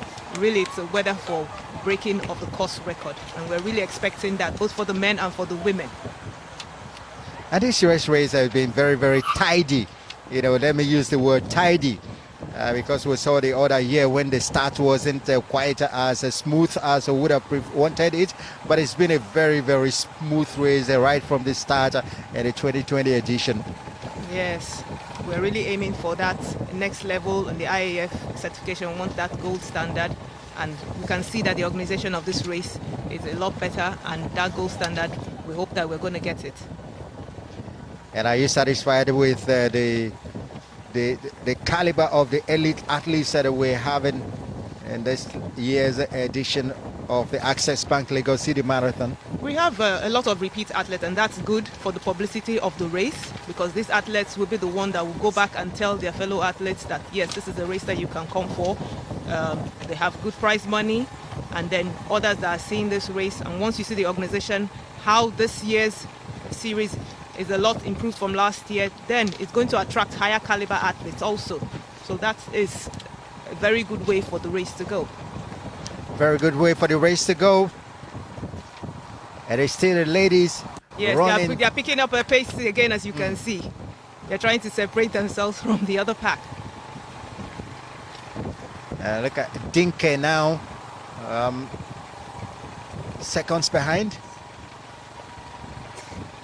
Tenui is still keeping her pace with Sherp. And they refuse to all drop back, as you can see, and the pace is really going steady.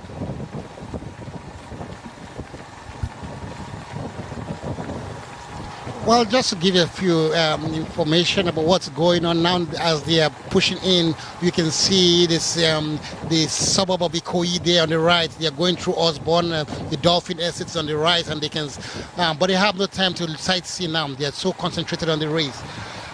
Dinke, the Ethiopian, she's a little bit behind. We have Winnie there. She's a Kenyan. She's actually a very, very useful athlete, number 87 in the world. She has a season's best of 2 hours 36 minutes. So this is within her pace, within her time. But on her best, she's a very useful athlete with 2 hours 27 minutes. And so whatever pace is going on now, it's something she's used to. She's had that before. Cherub, like I told you, has been a winner of the Boston Marathon 2 times. So that's a very impressive. That's a very impressive lineup in your CV. I think you can use that anywhere you want to go. As the camera shows her, she's looking around to push her colleagues in front with her. She's run 2 minutes 29 on her day. She's been very impressive throughout the seasons, over the years in the marathon. So the ladies, it's a useful field here, and we must commend the organizers for bringing in some top athletes around to really grace this occasion.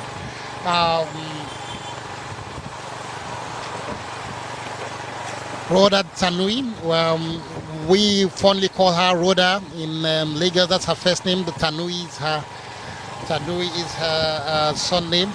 She's the course record holder, and I think she wants to break her course record.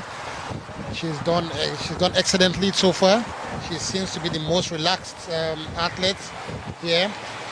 29 years old, like I told you before, at her prime.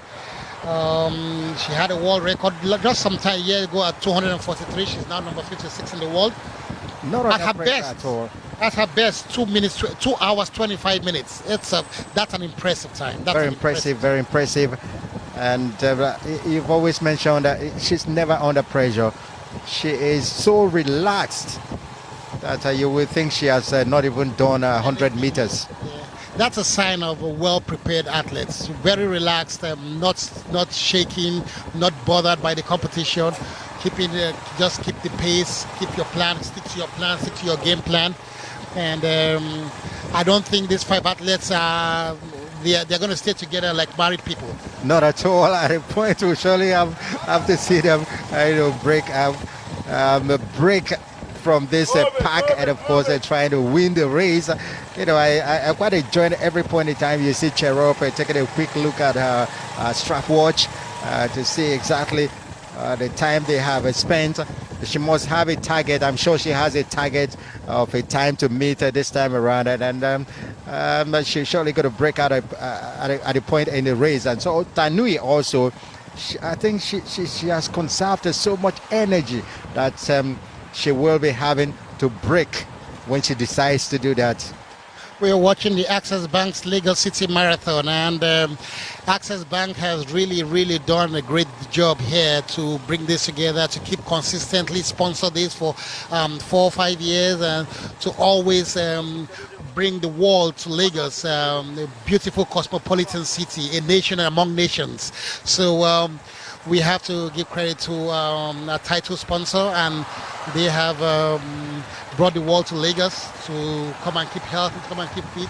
A lot of other people are running this marathon for different reasons, some competitive, some for good cause. We have a lot of NGOs running for causes that range from cancer to looking after the disabled. So Access Bank is doing something that says high on their corporate social responsibility. Kudos to Access Bank for making it happen again and again. And they say they are in this one for the long haul until they get to the height of it.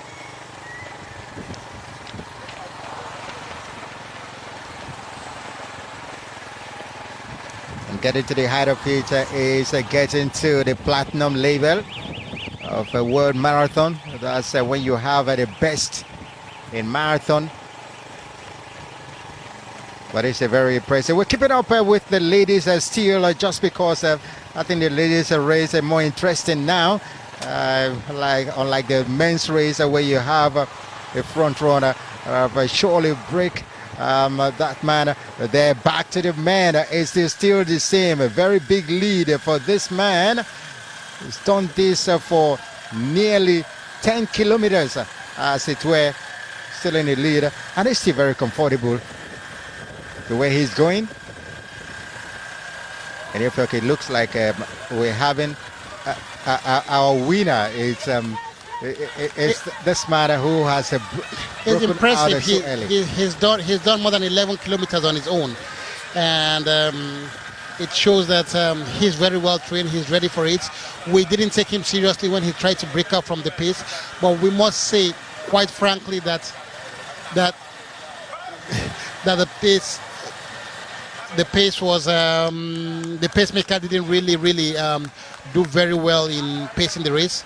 So we saw him quite early take the pace into his own hands, and he's pushed down Osborne Road. He's gone into Bodilon, I think, and he's really running impressively. I told him once he gets to this point in the race, he's soon going to go into the Lekki Ikoyi bridge, link bridge, and once he does that, I believe me, it's almost home stretch for him. Almost home stretch, not just yet, but he's done a great job in running this kind of race in this Lagos City Marathon, Access Bank Lagos City Marathon 2020. The marathon, it's an impressive race, and we all know that the world record for the marathon is 2 hours, 1 minute and 39 seconds, and it was run by Eliud Kipchoge, 2 hours, 1 minute. You see, and there have always been a debate all over the world on how well somebody can run a marathon. Can anybody run it in less than 2 hours? Is it humanly possible to run a marathon in less than 2 hours? Officially, it has never been done, but Eliud Kipchoge, who is the world record holder, did it last year under arranged circumstances. He ran 1 hour 59 seconds, 1 hour 59 minutes, 40 seconds. And that's the official fastest time the marathon has been run. It's not a record because the conditions were not under marathon record. It was very well staged. But it just showed that the human body can achieve anything.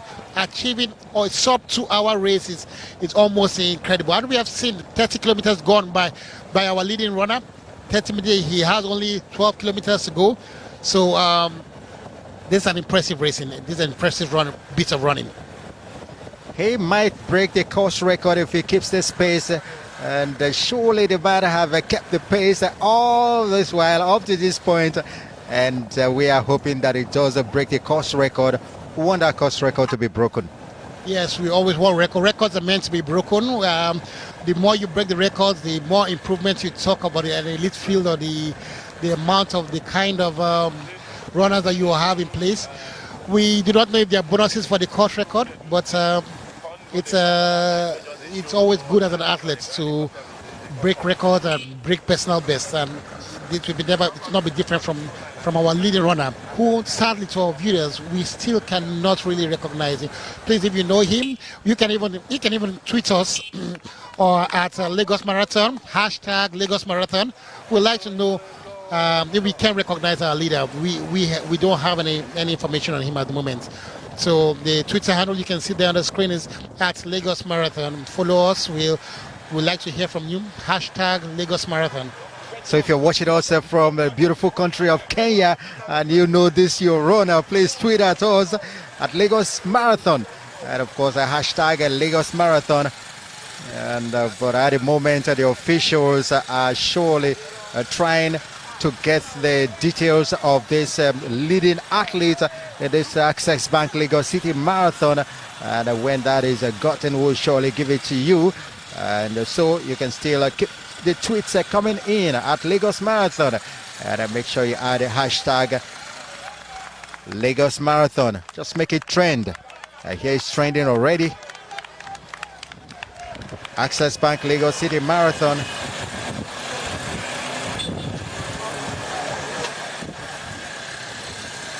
Well, we've been having a lot of criticism for not naming our number 165.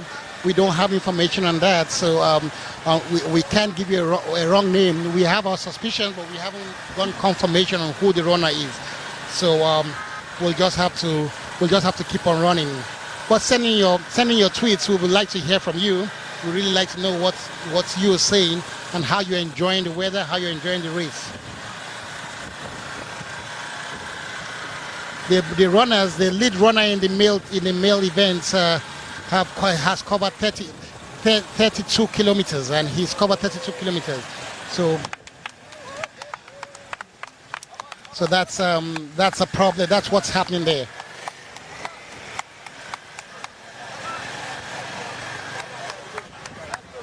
Well, last year's winner is completely nowhere to be seen in this race. Sunteyahu Legese of Ethiopia, who ran the race in 2 hours 17 seconds and 17 minutes and 28 seconds. And so nowhere to be found. The community is enjoying themselves on Twitter, saying this early morning people have been buying all sorts of foods to run. Some Nigerians are buying, they say, we're going, and that's local beans to get enough energy to run the race. I don't know if it's a good idea. What did he call it? We're going. Oh, come on, man. It's going. Okay, Rob, you got me there. I love the delicacy, you know. Yeah, the lead runner has gone into the Ikoyi Link Bridge, and that's what I told you about. The second bridge, a beautiful bridge, and once he can see his pickup pace, it's a very motivating, a very beautiful aspect. He's picking up pace, and once he comes down there, I tell you that he's almost into the home straight of the competition. He's at the Link Bridge now, the Ikoyi Lekki Link Bridge.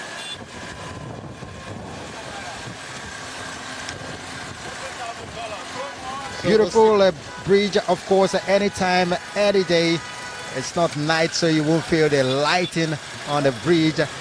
And so this man, he's done a great job of a race here at the Lagos Access Bank Lagos City Marathon. He's still going the way he's been going for the past 10 kilometers. Yes, like I told you, it's a # Lagos Marathon. We still don't know, and we have to really apologize to you. We still don't know the name of the lead runner, because the entries and at the last minute some bit numbers were changed. So we have the suspicion, but we don't want to give this credit to somebody else. So that's why we have to just wait till the official control room sends us his name.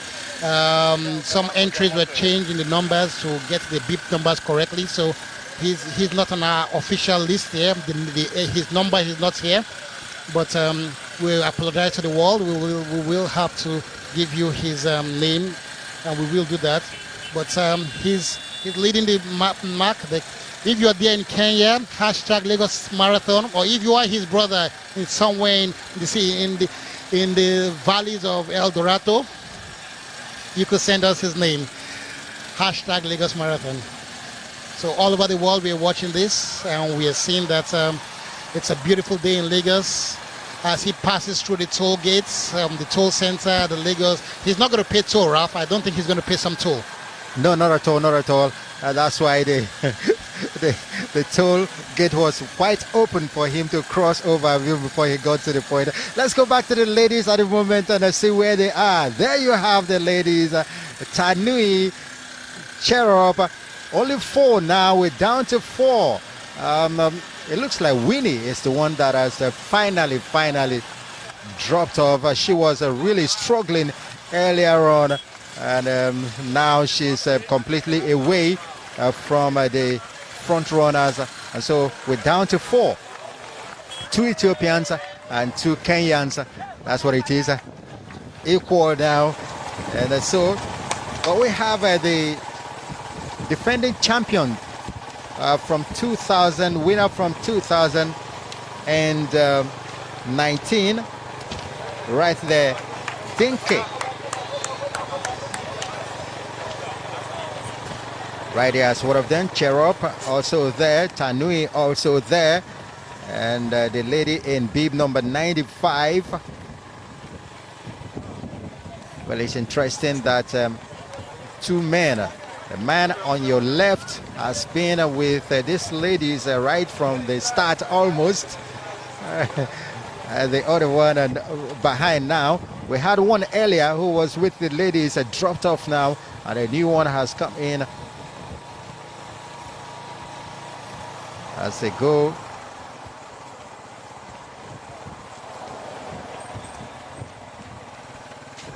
Through the ladies have not got into the Koyi Bridge yet.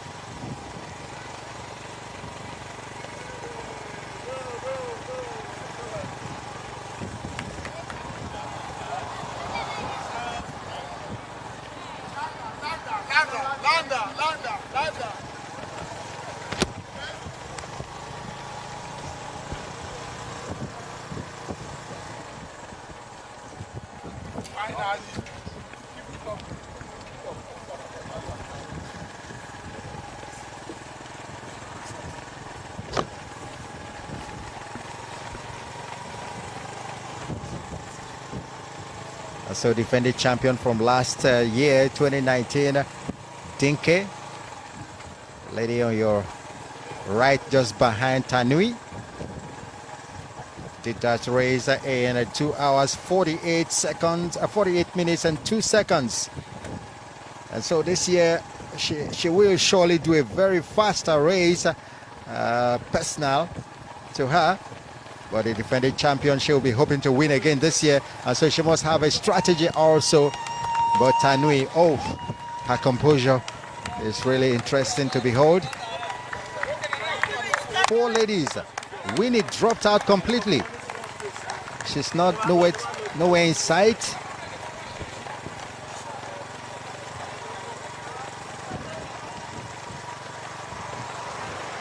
And you can see Winnie just looking like someone that has not even done 200 meters, just still keeping the same composure, still keeping up the same pace, and just going toe-to-toe with Cherub. Yeah, she is. Tanui looks a bit heavy in the leg. I hope she can make this race and win it in the finals, but the rest, they look like they still have a lot of energy in their legs. So let's see where they're going.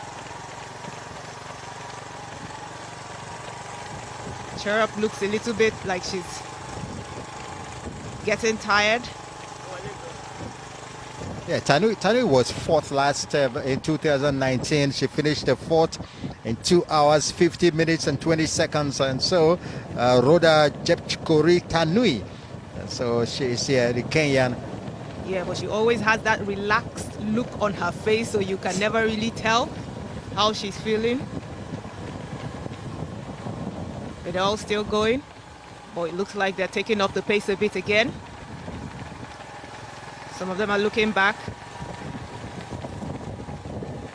So it's always two Kenyans in front, two Ethiopians behind. Somebody's always pulling the other person, and they're always communicating to make sure that their strategy works so that her sister wins and not the other person. So as you can see, they've taken up the pace a bit. So you're trying to lose the other. Disagreement between the two of them. Who finishes? Will they share the money? Well, you never know the Behind agreement they have. door. You never know the agreement they have. It's possible. It is possible. And so let's keep it in the country. Yes, you see, they're now trying really hard. Tanui is now trying to lose the other runners. The interesting thing is most of these Kenyans, most of the Ethiopians, they all train together. Yes, they do. Back home. Yes, they do. High altitude training, it's what really sets them apart from other marathon runners. Because that's what high altitude training does for an athlete, is that it makes your lung capacity, the oxygen that your heart's supposed to take, it makes it so much bigger than when you come down here is like you're high. Because you taking so much oxygen makes you high and gives you energy, so fatigue does not set in very quickly. So training in high altitude actually increases the size of your heart, so your heart can take in more. That is what high altitude training does for athletes. So why the Nigerian athletes who train in high altitude up there in the northeast and northwest, why are they not competing? There are still other factors that is not just that. There are still other factors that go into determining who wins a marathon race. It's not just that. Very interesting. Race that the ladies are running. Another quick look at our strap watch at Cherub. Well, we're moving on, and we're watching what's happening, and I think our leading runner, his name is not on my full sheet, but I think that looks like David Bamasai Tumo from Kenya. So I will wait to get confirmation from my producers, but I think it's David Bamasai Tumo from Kenya. He actually came fifth in the 2011 World Championship, so he has won the Dubai Marathon before. So I want to believe it's David Bamasai, and if he's the one, I'll get confirmation, so we'll tell the whole world that my name is Eni Udo Obong. I'm an Olympian. I've been around watching athletics. I didn't see his name on my list, but he certainly looks like David Bamasai. And he's a young athlete, born 1989, and he definitely looks like. So we'll just have the producers. We have a second look at him, and I'll see. He has a personal best of 2 hours 7 minutes. 2 hours 7 minutes, and if he's the one, then the field, he's going to shatter the field, and I will get my beer from my producer that I obviously will win it. David Bamasai Tumo seems to be our leader. Oh yes, I think I recognize him. He definitely is David Bamasai. On my start list, his name is not here, so there was no way we could have gotten his number. He's a Kenyan, and he's a specialist in marathon running. So it's obvious that the field is he's bigger than the field that is there. He ran the 2012 Amsterdam Marathon. He won the Dubai Marathon in 2011. So he's one that was born in Eldoret, and I'm sure the Kenyans in Eldoret would not have been too happy that I didn't know one of their top athletes' name. So I'll get confirmation from the producers. It's David Bamasai Tumo. All right. Eldoret it's a city or a town that has produced marathoners.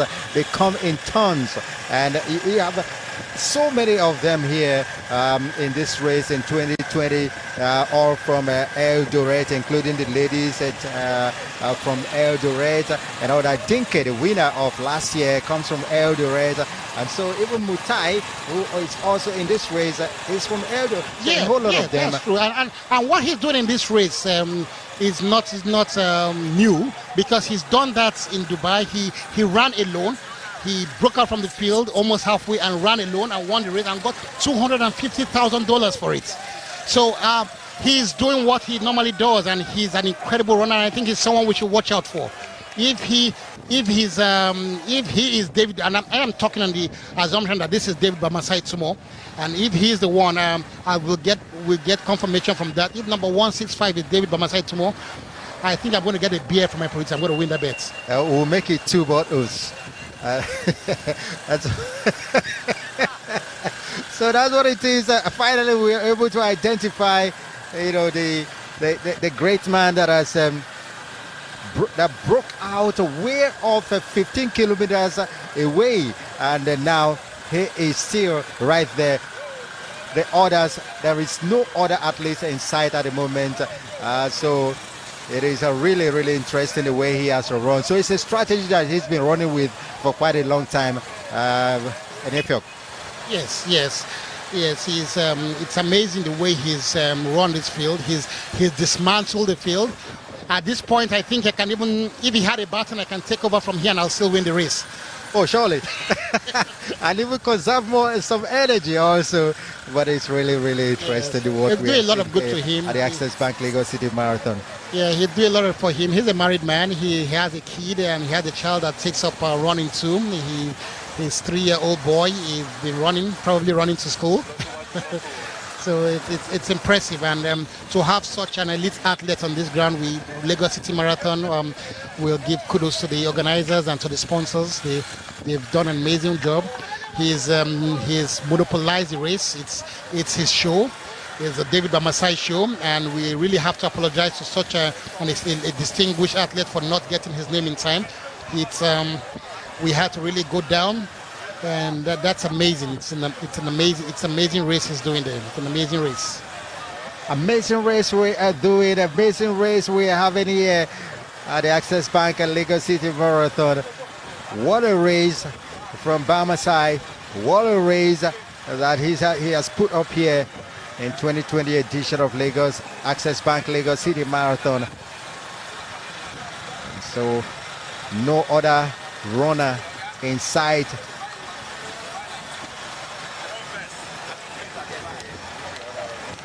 Well, we need to see who is. I think the gap is too much. We want to see who is the leading chasing pack. Leading chasing pack. We have to really find out.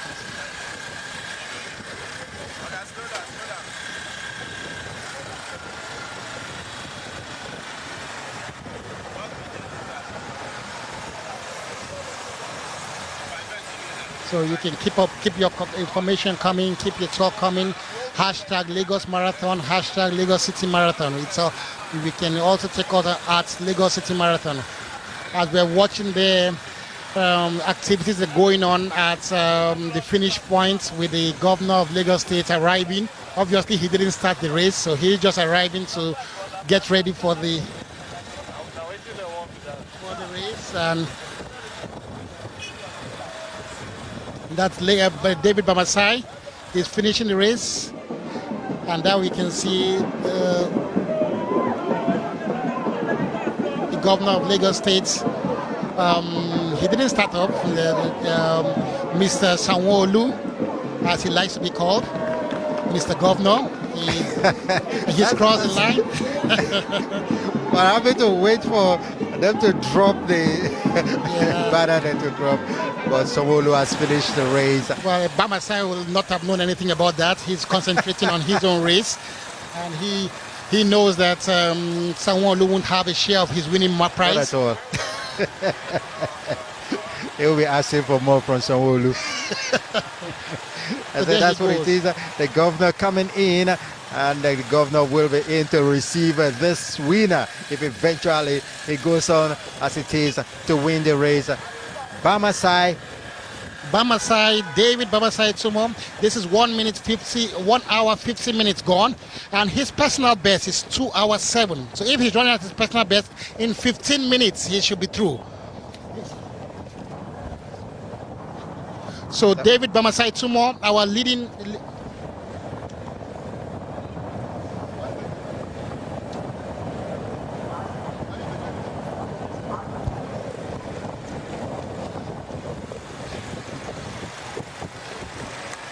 So there he is down deep in the running, going through that 1004 block. He's down going into Victoria Island, which is going to get near the finish of the race. It's an impressive bit of running in any sense of the word. In any sense of the word. Ralph, I'm just impressed the way we were doubting him. He kept on looking back. He kept on chaining through. He ran through. We just kept on doubting. And finally, he is doing it, still keeping up that pace. You know, Chala tried and tried, sprinted and sprinted, trying to catch up. But as they say for our place, if masquerade they pursue you, make you they run. But you have to look back still. As you retire, and I saw him retire. That person the inside. That's what it is. It's not a race for masquerades. It is Bamasai that is doing a great job here of a marathon race. So David Bamasai is pushing up very well. He's running down. He's now running relaxed. He can feel the end is at sight. You know, when you've been running the marathon, you know when you are towards the end, even without looking around. Your body starts to tell, the muscles start to twitch, and this is all fine. And like Otonya said earlier on, the training at high altitude in Eldoret has really helped. And I like to put to that when you train in high altitude, what really happens in a high altitude is that there's a little oxygen there. There's a lack of oxygen. The oxygen levels are low. So what your body does is to produce extra red blood cells so that it can capture as much oxygen as it can. So it captures as much oxygen. So by the time you come back to where there's a lot of oxygen, you have extra energy because you have a lot of oxygen in your blood. So that's the physiology behind it. So it's an advantage to the Kenyans as they pass that beautiful city, beautiful building of the Civic Center. So he's going to go run down from the Civic Center. It is at this point in time you can start seeing the beauty of Lagos. In the background you can see the Lagos skyline, the Ikoyi skyline. So he has not been seeing the beauty of Lagos all the while. No, you've been seeing a lot of things. Now he's been seeing the water, the lagoon, as you said. So he's going to be welcomed by lots of people there. It's on his right is the Civic Center. On the left it's 1004. Then he gets to the law school. So he's going to turn into yes, the heart of Victoria Island before we start expecting him to get to here. So we're expecting him very soon. We're expecting him very soon. He's not too far away from the finish point. And I can tell you that he's going to break the course record. I can definitely say that. He's about 6 minutes ahead. He's about 6 minutes ahead.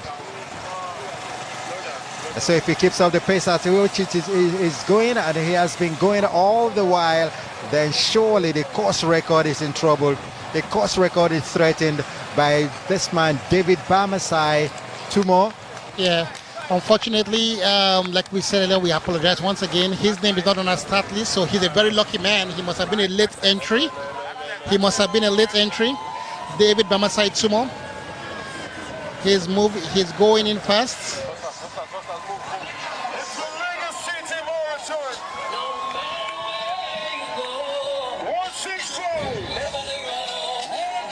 What a race we are having here. It's now on the Ozumbambadi way.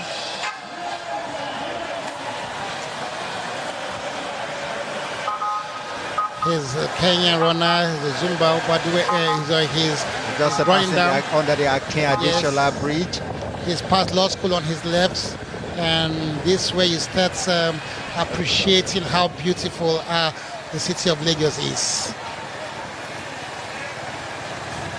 Really interesting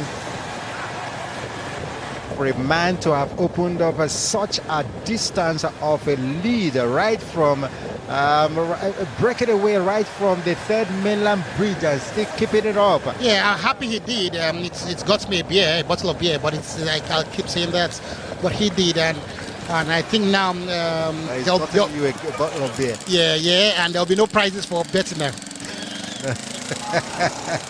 You enjoy that later on when this man finished the race, Bamasai, and we will be happy that the course race, the course record is gone and a new one set. Hopefully.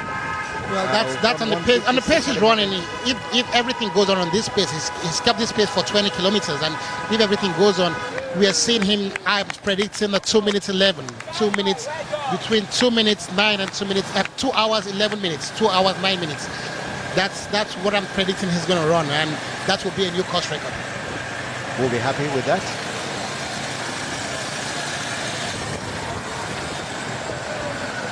2020 Access Bank Lagos City Marathon really unfolding in great way.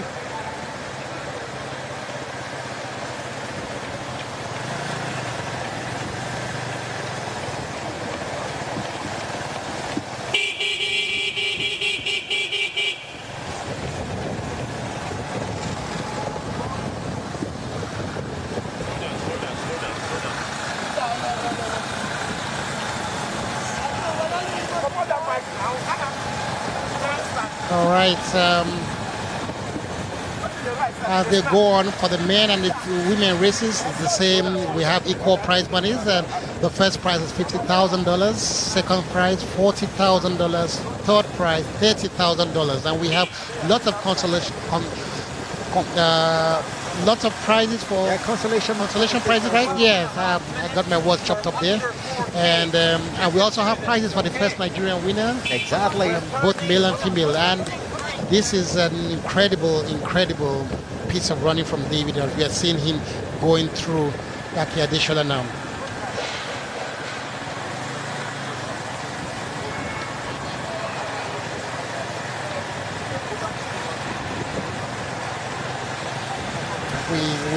We are yet to confirm the chasing pack, as we call it.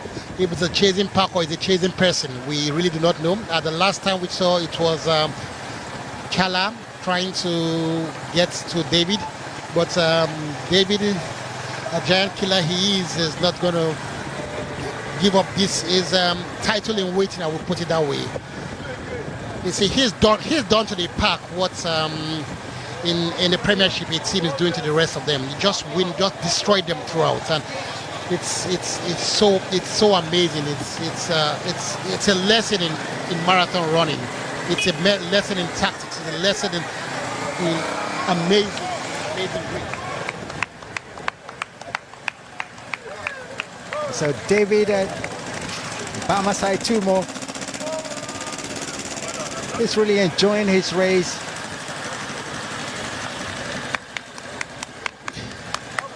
So we'll go back and see how well that the ladies doing, and and that's it. Still a group of four. Tanui, Dinke, Sheriff, putting it through. They are being very consistent in their pace, and we know that the winner is going to be from this form. How much more do they have in their legs? How much more power do they have? How much more speed? It's going to be a sprint finish in the ladies' event, and that's a setting. So this is going to be exciting. It's going to be exciting. Yeah, Nigerians, we love our sprints, and it would be nice to see a sprint finish in the marathon for once. Oh, definitely. That's what we enjoy most. Neil Felk, a good sprinter back in the days also. And so we all love our sprint. Maybe one day we'll be competing in the long distance races, but at this moment we'll still maintain our. So we love these ladies to really give us some sprint towards the end. And that's why they are still staying. The four of them, it's been like that all along. Cherop, Tanui, Dinke, the defending champion, and of course the lady did number 95. A very interesting race. And that man in 12:52 has been with these girls all the while. I must commend him also. Nigerian.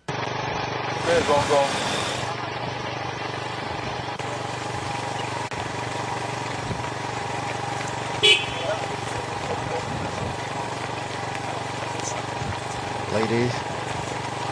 So last time. The group of four: Cherop, Tanui, Dinke, and Cherep. Chala Kabene. Chala Kabene, I think that's number 95. So, and that's there's four. We hope to see sprints, especially in the last 400 meters. We'd like to see what kind of tactics they have there.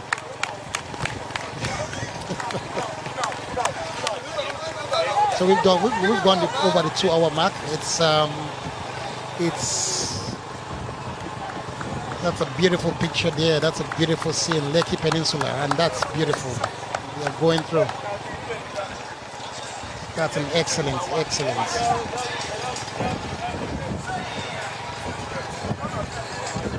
these ladies are giving it all, and it's so amazing to see how relaxed they still look. It's like they just started the race. Tandui has come back here with a vengeance. She lost the title last year, and she told me, I think in a post-match interview, that she really wanted to win. She wanted to become the first person to win, first lady to win the Access Bank Lagos City Marathon twice. So we'll go back to the men and let's see how well they are. Oh, no changes at all. In the men is still David Tumo. And there's a great pictures of him being taken all around. Memories will surely be made of it. Maybe a video. Well, I think he's entered Bishop Oluwole Cole Street, and if he does has entered there, then it might be much faster than I thought it will be. Much faster. His best is 2:07. So he's just 5 minutes away from his best. Yes, of 2:07, which got him $250,000. He might not get a little bit as much as that here, but he's going to get a huge sum of money for his amazing run. This is incredible piece of running, incredible tactics. He's gone almost 23, 24, 25 kilometers on his own. All on his own. He's gone such distance without anyone in sight. He could just do a lot of things and then still go ahead and win the race the way it is. It takes a lot of mental energy to plan your race, to plan your pace. It's a lot of mental energy. It's really very impressive. It's really impressive. He's given a lesson to those that are running marathon, running and how to run on your own. It's a lesson in running. His hands are beginning to wilter, it's beginning to labor. But you can expect that after running over 2 hours of impressive running, that's 41 kilometer mark he's passed. 41 kilometer mark he's passed. So he's got 1.2 kilometers to go. Or 1.189 to be precise. So he's passed the 41 kilometer mark. That's impressive. 2 minutes 4. And what is left he can do in just about 5 minutes also. And still will we have our record.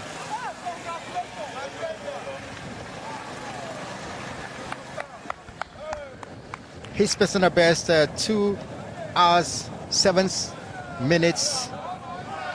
He did in the Middle East. He did in Dubai and earned him at 250,000. 2 hours 7 minutes 18. He's not going to break that. He's going to be far away from that, but he's not going to be too far away from that. I think my prediction of 2 hours 9 might probably be there. 2 hours 9, 2 hours 10, and that's an incredible race for Lagos City Marathon. It's going to the Access Bank Lagos City Marathon is going to have the record smashed. 2:07.18 is his speed in Dubai. So he's already gotten into the finish area of the Echo Atlantic City. We are going to be seeing him here. He's even going to break his record, it seems, if he goes at a pace this. He's arriving, the crowd is jeering, we can all see him. He's coming in. And everyone is preparing for him. That's an amazing run. He can run through. He's laboring, his hands are tired, his legs are giving in, but he's just got some meters to go.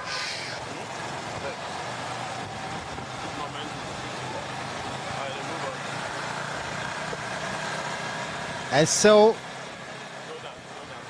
the bikers that need to give way now because he's coming in as strong as he has been all along, at least in the last 30 kilometers. He's been as strong as it is at the moment, and so everyone is going to usher him in. He's coming gradually, closing in the finish line.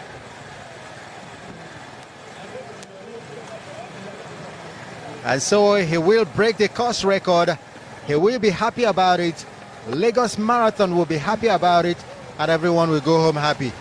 And we're expecting the label that everyone is looking at to come in. There you have him.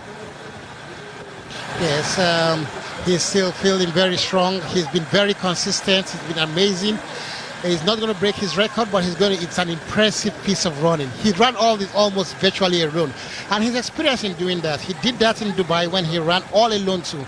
He's gotten through, and he's getting closer to the finish. It's amazing. You can see that he's laboring. He's tired. He's fatigued. It's been a fight throughout. It's been an amazing run.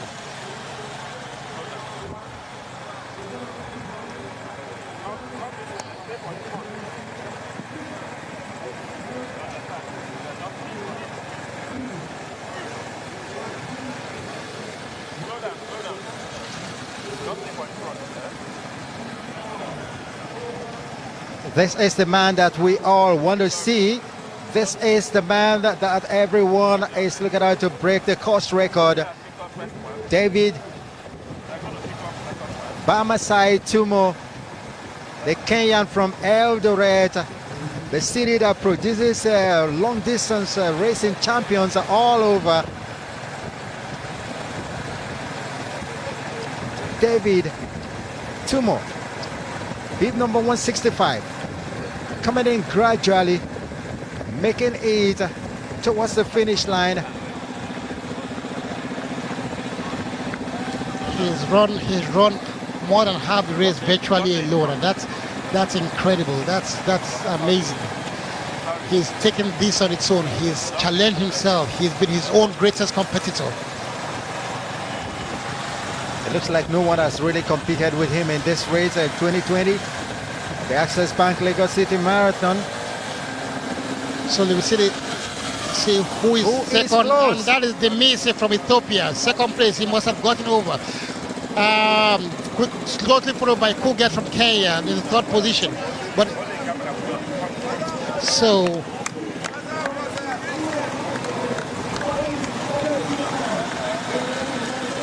that's our leader. He's coming in closer and closer to the end point. Ladies and gentlemen, it is really interesting when we have a course record broken. That looks like that's what we're going to get in the 2020 edition of the Access Bank Lagos City Marathon.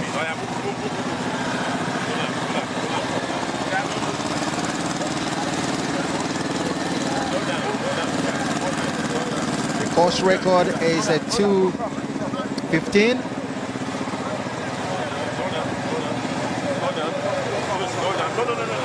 So we're done at 2:10 at the moment. He's coming in. Yeah, he has a few meters to finish, and he's running to the chairs towards the finish line, and they are cheering him. That's the man, and the winner of Access Bank Lagos City Marathon 2020, David Tumo. What a race this man has run at New York. In one word, how would you describe this? Amazing. Amazing. Amazing. Amazing is 2 hours, 10 minutes and 22 seconds. That's unofficial yet. And now the second place, the runner is also coming in. There you have him. 1-2 in. The third runner is coming in. Access Bank Lagos City Marathon. What a race. Battle for the third place. It's hot, it's fierce. But then this man is surely gonna pick it up. Third place. He has enough of the strap watch. He puts it off to see how many hours and minutes he has gone here for. We've gone 4 And this is the 5th.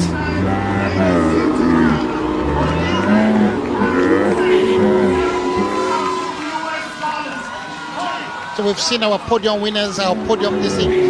We'll go and see how the ladies are doing. The ladies will soon be here. We'll go back to the ladies and see how well they're doing. And that's it. The 4 of them still consistent.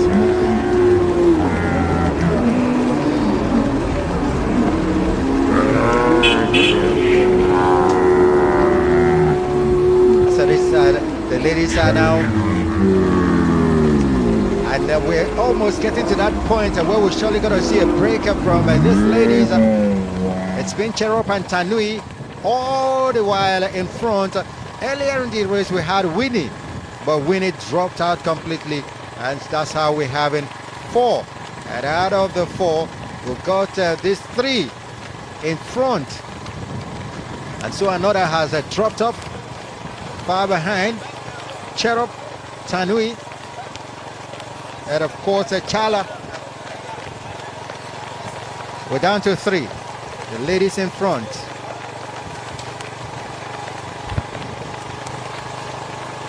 Three ladies in front, Cherop, Tanui, and Chala.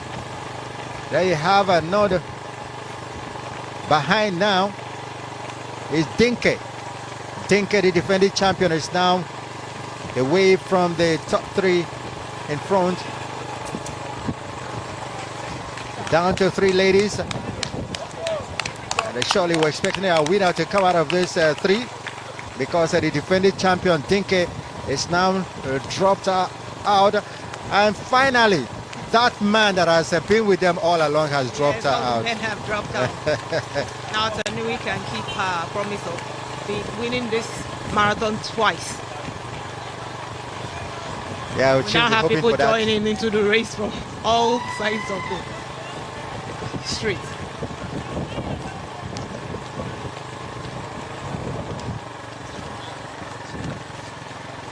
We have people now joining in the race, we hope. So it's still the 3 ladies.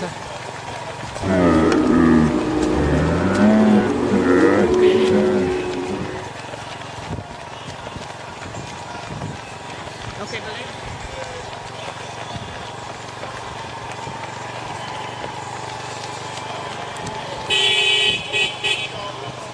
the ladies are now picking up.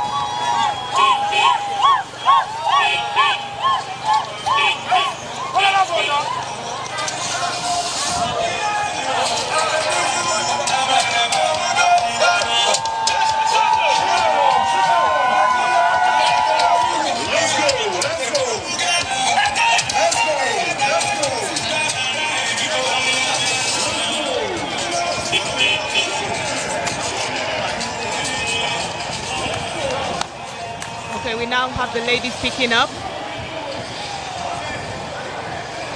We can see Chipro kicking. She doesn't look as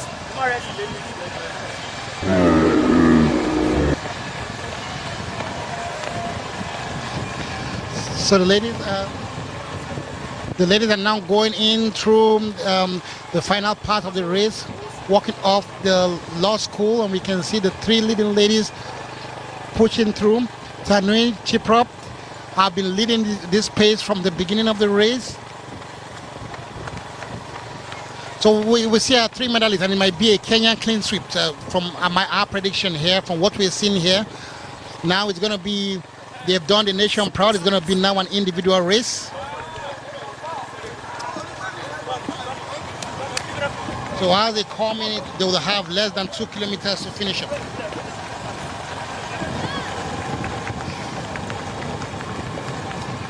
We might get a new record as well from the ladies. We have Rhoda Tanui, we have Chiprock, and then we have Kebenet Chala. The 3 of them are the 3 surviving ladies. They're moving in, running through. We're seeing they're picking up pace a little bit there. They're still keeping it together, keeping it close. They must be very good friends off the pitch.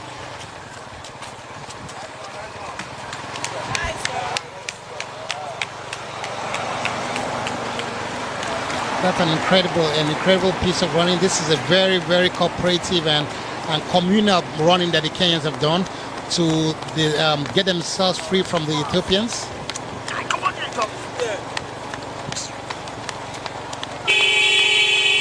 And we must just let people know, that viewers know, that along the race, a 10-kilometer race has started.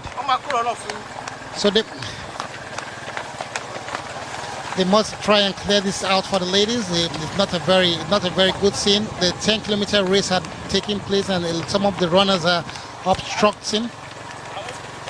You know, these ones just saw the ladies and started to. No, I think they are the lacking group from the 10-kilometer race that started ahead. So the ladies, so the 10K race, they're there. So the ladies are meeting up with them, and obviously they're trying to sort themselves. They're trying to sort themselves out. It's a little bit of an untidy situation there. Now it's been tidied up. The ladies have started to tidy it up themselves, and they're back doing their thing, trying to see who will break away and win this race. I think the race organizer should have had a way to clear up the lead for the leader ladies, because but the girls are going. They are not deterred by what's happening. The three of them are in the leading pack. They are determined to get on the podium. I believe they are the podium athletes. In which order, we do not know yet. But this is causing some extra confusion among the races, making them walk. Yeah. But they should tidy up things better. Of course, the girls are not deterred in any way. They are determined to finish the race, and will be hoping at wanting to also break the course record, set a new one, and then everyone will be happy for it. Chala in front now. Cherop and Tanui. The three of them have just taken over this race. They've made it a Kenyan affair, and are going to try and see it off. You can see how a little bit of the untidiness has caused her up to be running to the left, to the right, and it dissipates her energy, and that's a very sad thing. For having run so much, over 40 kilometers this way, it tells on the body it's not a very easy thing. It's the Access Bank Lagos City Marathon. The men's race sorted minutes ago. So having David setting a new course record, 2:10.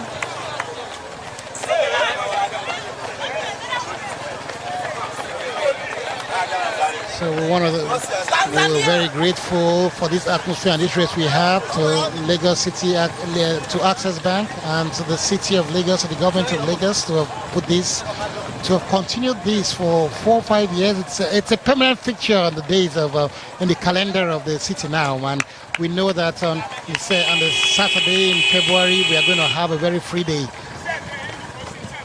And it's really nice to know that it is settled for February of every year. So we don't have to look it out of any other month. Look out for any other month. It's February. Last time it was February in 2019, and now February 2020. So everyone should be looking out for February 2021 for the next race. But in the meantime, Tanui, Cherop, Cherop and Chala, I think, is the third person, and I think these three ladies won't have a problem in celebrating Valentine next week. Oh, not at all, not at all. Because they have enough money to do that. Money. Well, the ladies, they go around the world, increasing their bank account every now and then. It's a lot of hard work, I tell you. We see the end result. We are seeing the last 2 hours. We bring the result. But I tell you, this is thousands of hours of training, thousands of kilometers of running, and this is just the end result. Self-denials here and there. Yeah, self-denials, yes, sacrifices.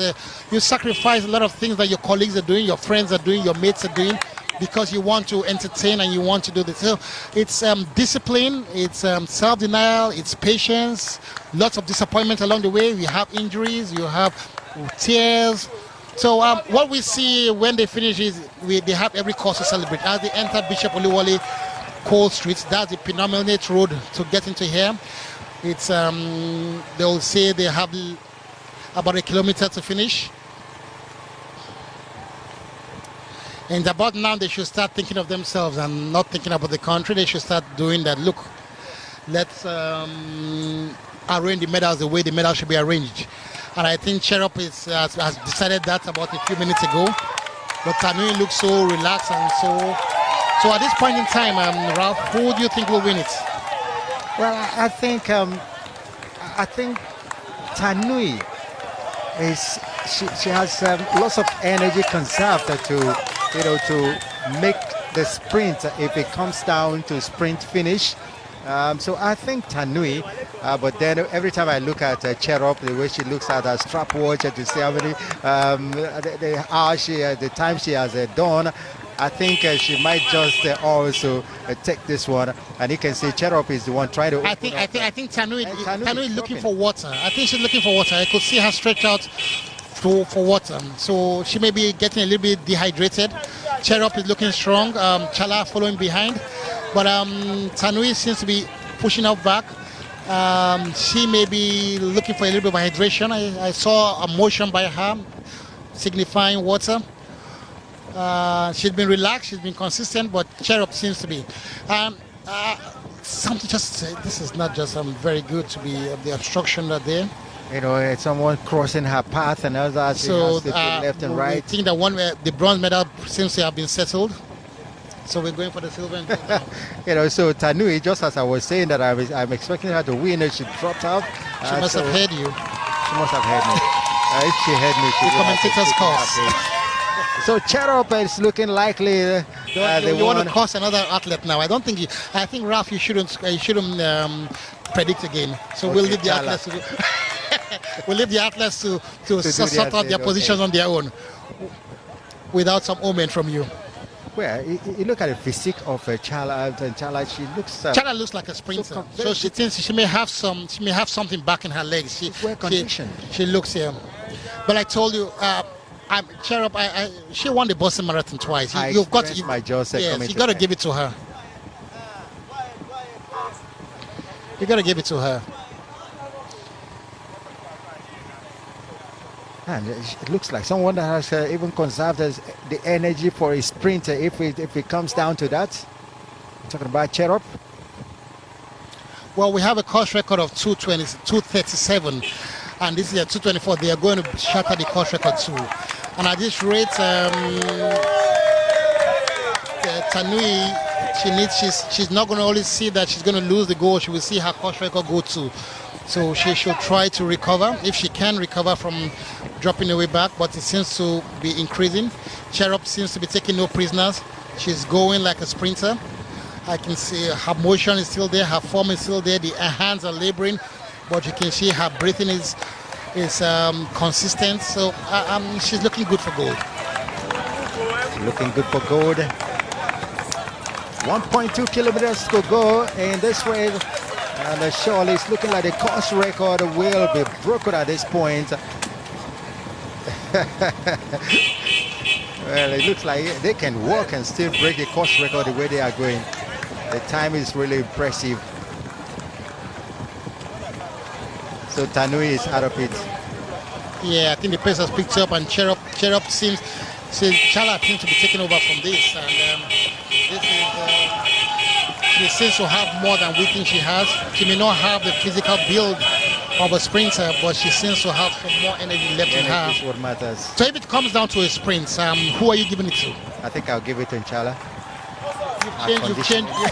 If it comes down to a sprint. If it comes down to a sprint, it's looking like the one that is better conditioned for it, and just look at the way she is going. Look at the Rob, I think every time you predict someone, the person drops out. So I think we'll just have to leave it at that. No, not this one. So I think I said give it to Cherop. Cherop seems to be more powerful. She seems to be more powerful. She may have the... So I'll still give it to Cherop. I'm talking from the athlete's point of view. Okay. I'll keep quiet. So, looking like we're going to have that sprint finish we talked about as Nigerians. That will be very exciting, and that will be very good for the crowd here who have been cheering the athletes and dancing as they arrive. It's been amazing to see these people run through 42 kilometers, 42.189 kilometers, and still have the energy to do that. And I would like to see how it is. We normally watch in track events how after 10 kilometers they can still sprint the last 200 meters faster than some sprinters. So we think we're going to see that. It's Chala and Cherub.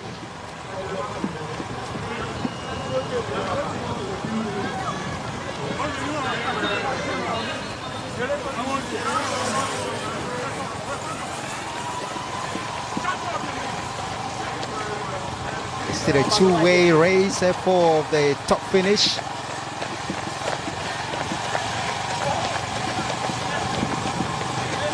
Kebenechala Urisa.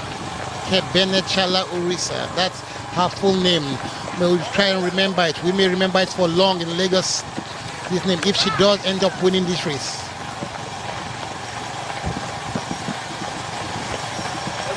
But Cherub is not staying behind. This is the tour. This is actually exciting. This is amazing. This is what we actually wanted. A two-man race or a two-woman race between Cherub and Uchala.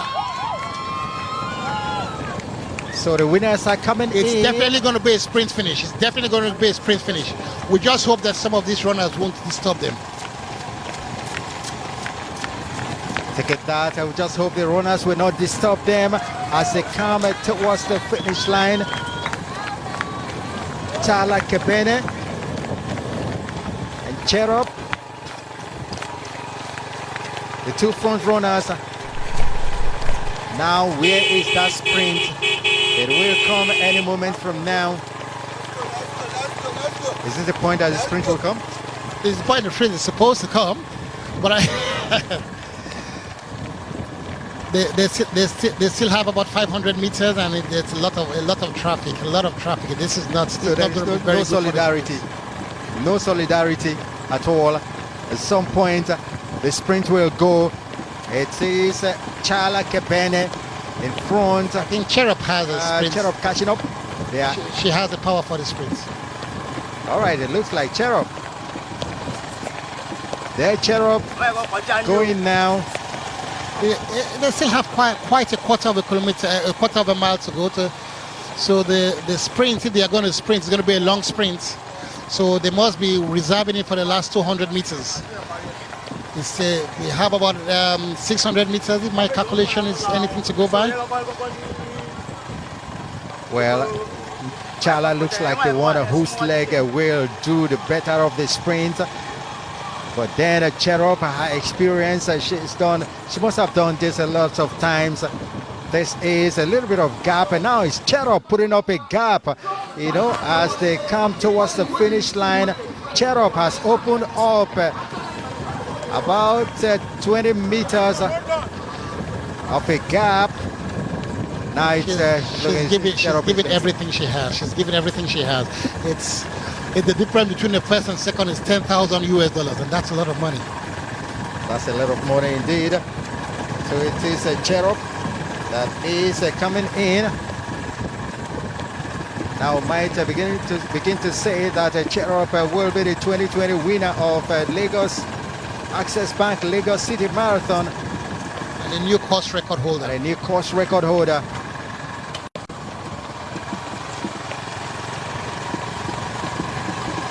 Now, Chala has almost given up settling for the silver medal. The second position, the experience of Cherub has done this for her. Yes, it has. It's added to her CV. She says she can always put that she won in Boston and won in Lagos. You see, very good company there. Bumping into one of the also runs. But then she's not deterred. A misfortune adventure. That slowed her down just a little. But then she's determined to set a new course record, win this race. coming There she in goes, now. and she to the dancing. Beginning to cheer. There you have it. Cheer up. Now sprinting towards the finish line. Cheer up right there to finish. In 1, 2, 3, 4, 5, 6, That's 7, a 9, new 10. Access Bank Lagos City Marathon winner. Cheer up. A new course record for Cheer up. She gives thanks and praises to the heavens. And what a great race that she has run. Chala Kebene coming in second. And they both of them were part of those that went on and on. Here is Tanui, who was part of the 4 that went on and on. And so the chasing pack right behind there in 4th place. But it's Tanui that is coming in 3rd place. Tanui coming on and on to breast the tape.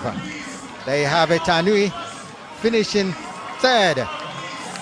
Stopping the watch now. There's a big hog. Oh no, that's what he's seeing here.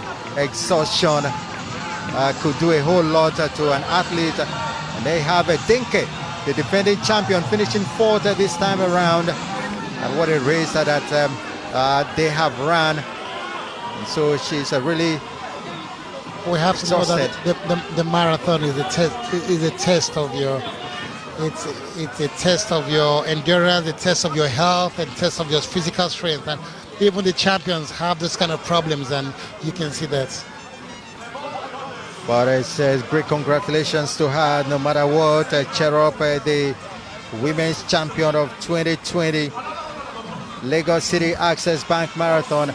They have her. She is the winner. She is the champion. She is a course race record holder as it is.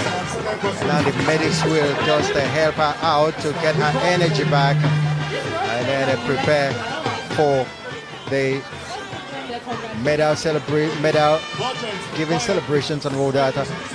So attending to her now, taking her to where she's going to be attended to.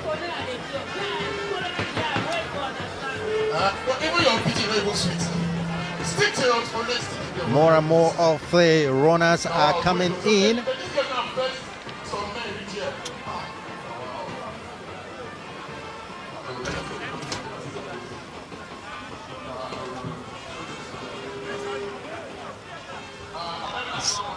And so we'll be looking out for the Nigerian that will be the first to come in. It's been a wonderful race that we've had in 2020. The Access Bank Lagos City Marathon. Everything has gone according to plans.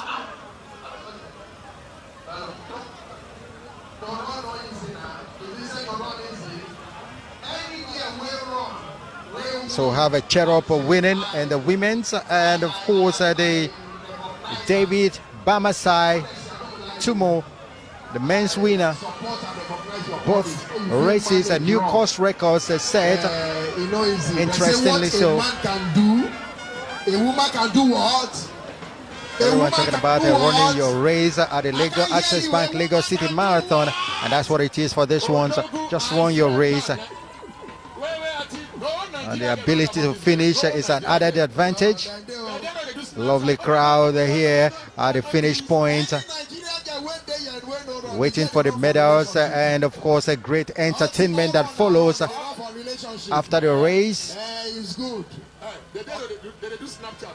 No, why you go not say Nigerian girls they run? You know Nigerian girls, like we Nigerians, we actually they run. Something they happen. Honestly. All right, that's what it is for this one.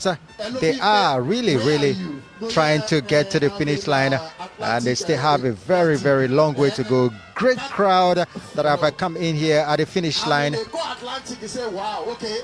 Can you mix me? These are more of the athletes. Joseph right there. In the next 15 minutes. A lot of them will be hoping to finish and make it a grand occasion. Ability to finish is very interesting.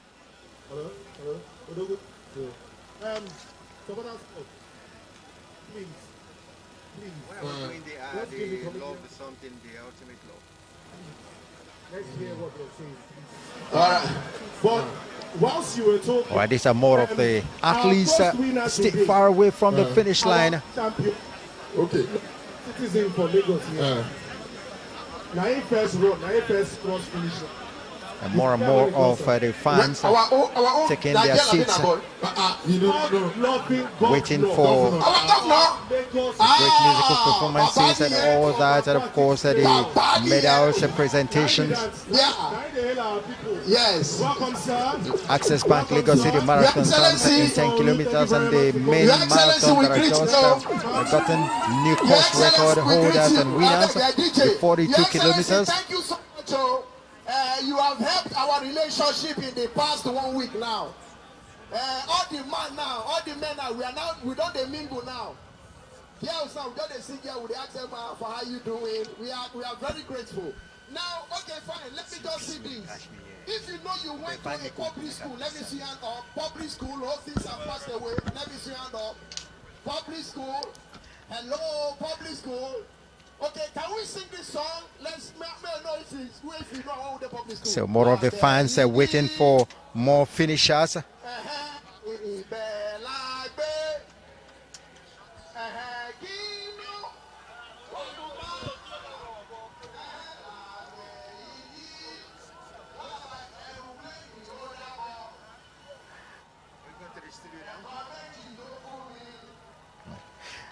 And so Horofa has finished also.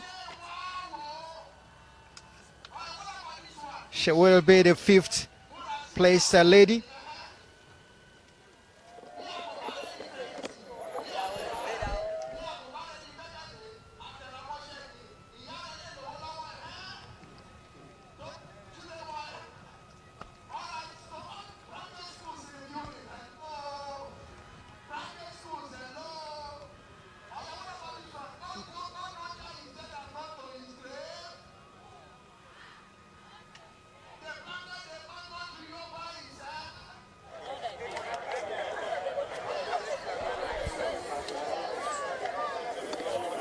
And great, lovely fans, lovely cheerleaders.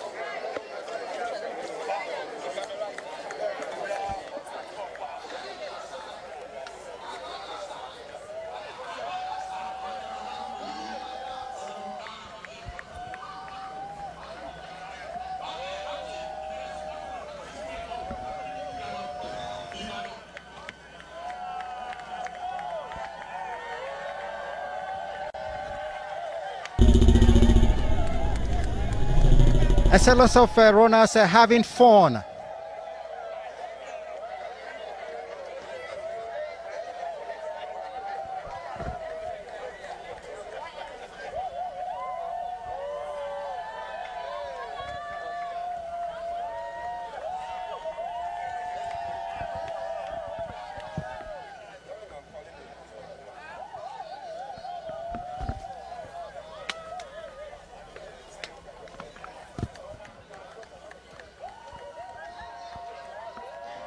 It's been a very exciting Access Bank Lagos City Marathon.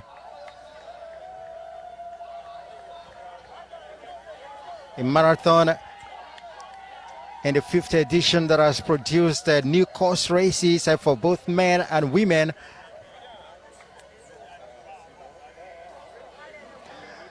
But soon, very soon, we will be confirming the official times. The athletes are returned. We'll also be looking out for the Nigerian that has come first.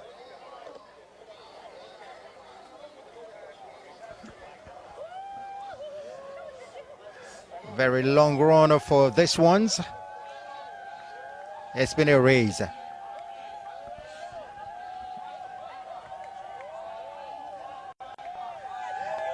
Cheerleaders are also doing their thing.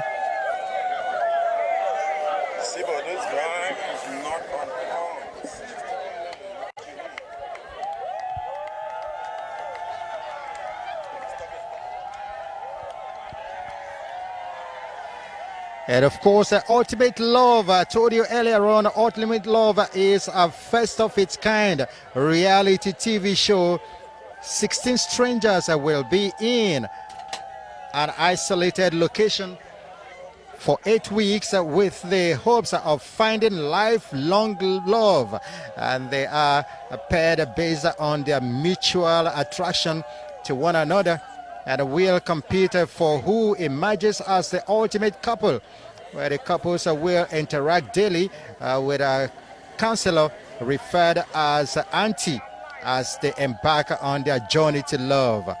The winning couple will be rewarded with lavish traditional wedding ceremony at a house, and if they commit together getting married, it will be great. They will also get a cash prize and other amazing prizes, and that's what it is. So love is in the air. Ultimate love starting tomorrow, starting Sunday to be precise, on your Word of Champions 198, DSTV channel 198. That's where you will be seeing Ultimate Love coming from the city of Lagos, Nigeria. What a show. Let's go back, and of course let's go to the studio now and see what Moses Praise and his guests, Nefia Kudobong, joining him also at the studio. Let's get over to the studio now and join Moses. Excellent job you have been about, Ralph. I have to give it to you. Talking for 2 hours straight. You know what? I think it's an absolutely solid job you and Nephew brought to our viewers who are catching all the action of the Access Bank Lagos City Marathon 5th installment. Congratulations has to go to the Kenyan, David Bomasai Tumo. And it looks as though the Kenyan are back to winning ways as situation stands right now.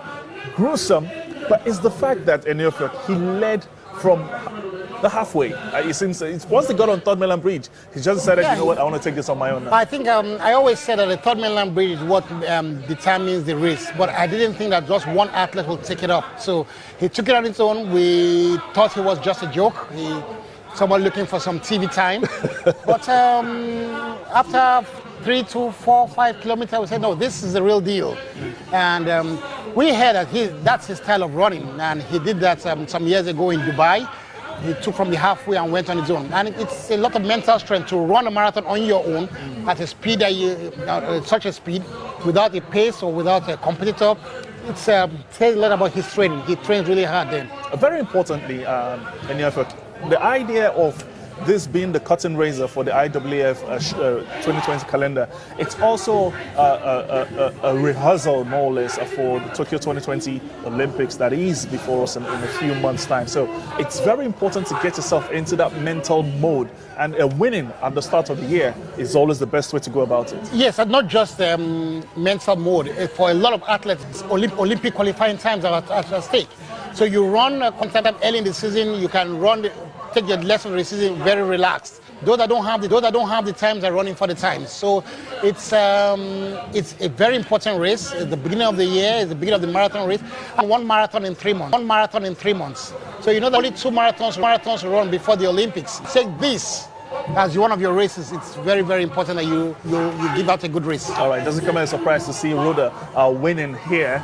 Last year, 2019, she actually finished 4th. I guess she decided, you know what, it will be a different situation this year. And you have to love the confidence, the stride. She took everything very calmly. We even saw her more or less urging the other girls, cheer up, you know what, come on, let's go, let's get this done. So it's good to see her coming to winning ways again. I think she won this, was it in 2018, I think 17, when she actually won last. But no, I don't think your record. Rhoda dropped out on the race. I mean, this thing. I was talking to Tanui. No, Tanui dropped out. Yeah. Oh. I think she finished 3rd at the end, at the final lap. So you must have missed some of the excitement. I was actually having selfies with the girl at that point. So I must have missed that out. But all the same. Cheer up, brother. But she was determined, because last year she didn't do too well, and she was determined to win. And she came out very strong. She led for most of the race, and she must have led till the event for your selfies.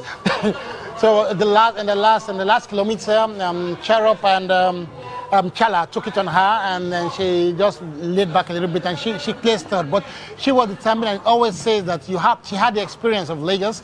She knew the course, she knew where she was to run, she knew how it would be. And once you have a mental awareness of the race, it helps, it gives you a little bit of an advantage. All right, the beauty of the Access Bank Lagos City Marathon is because it's a full carnival.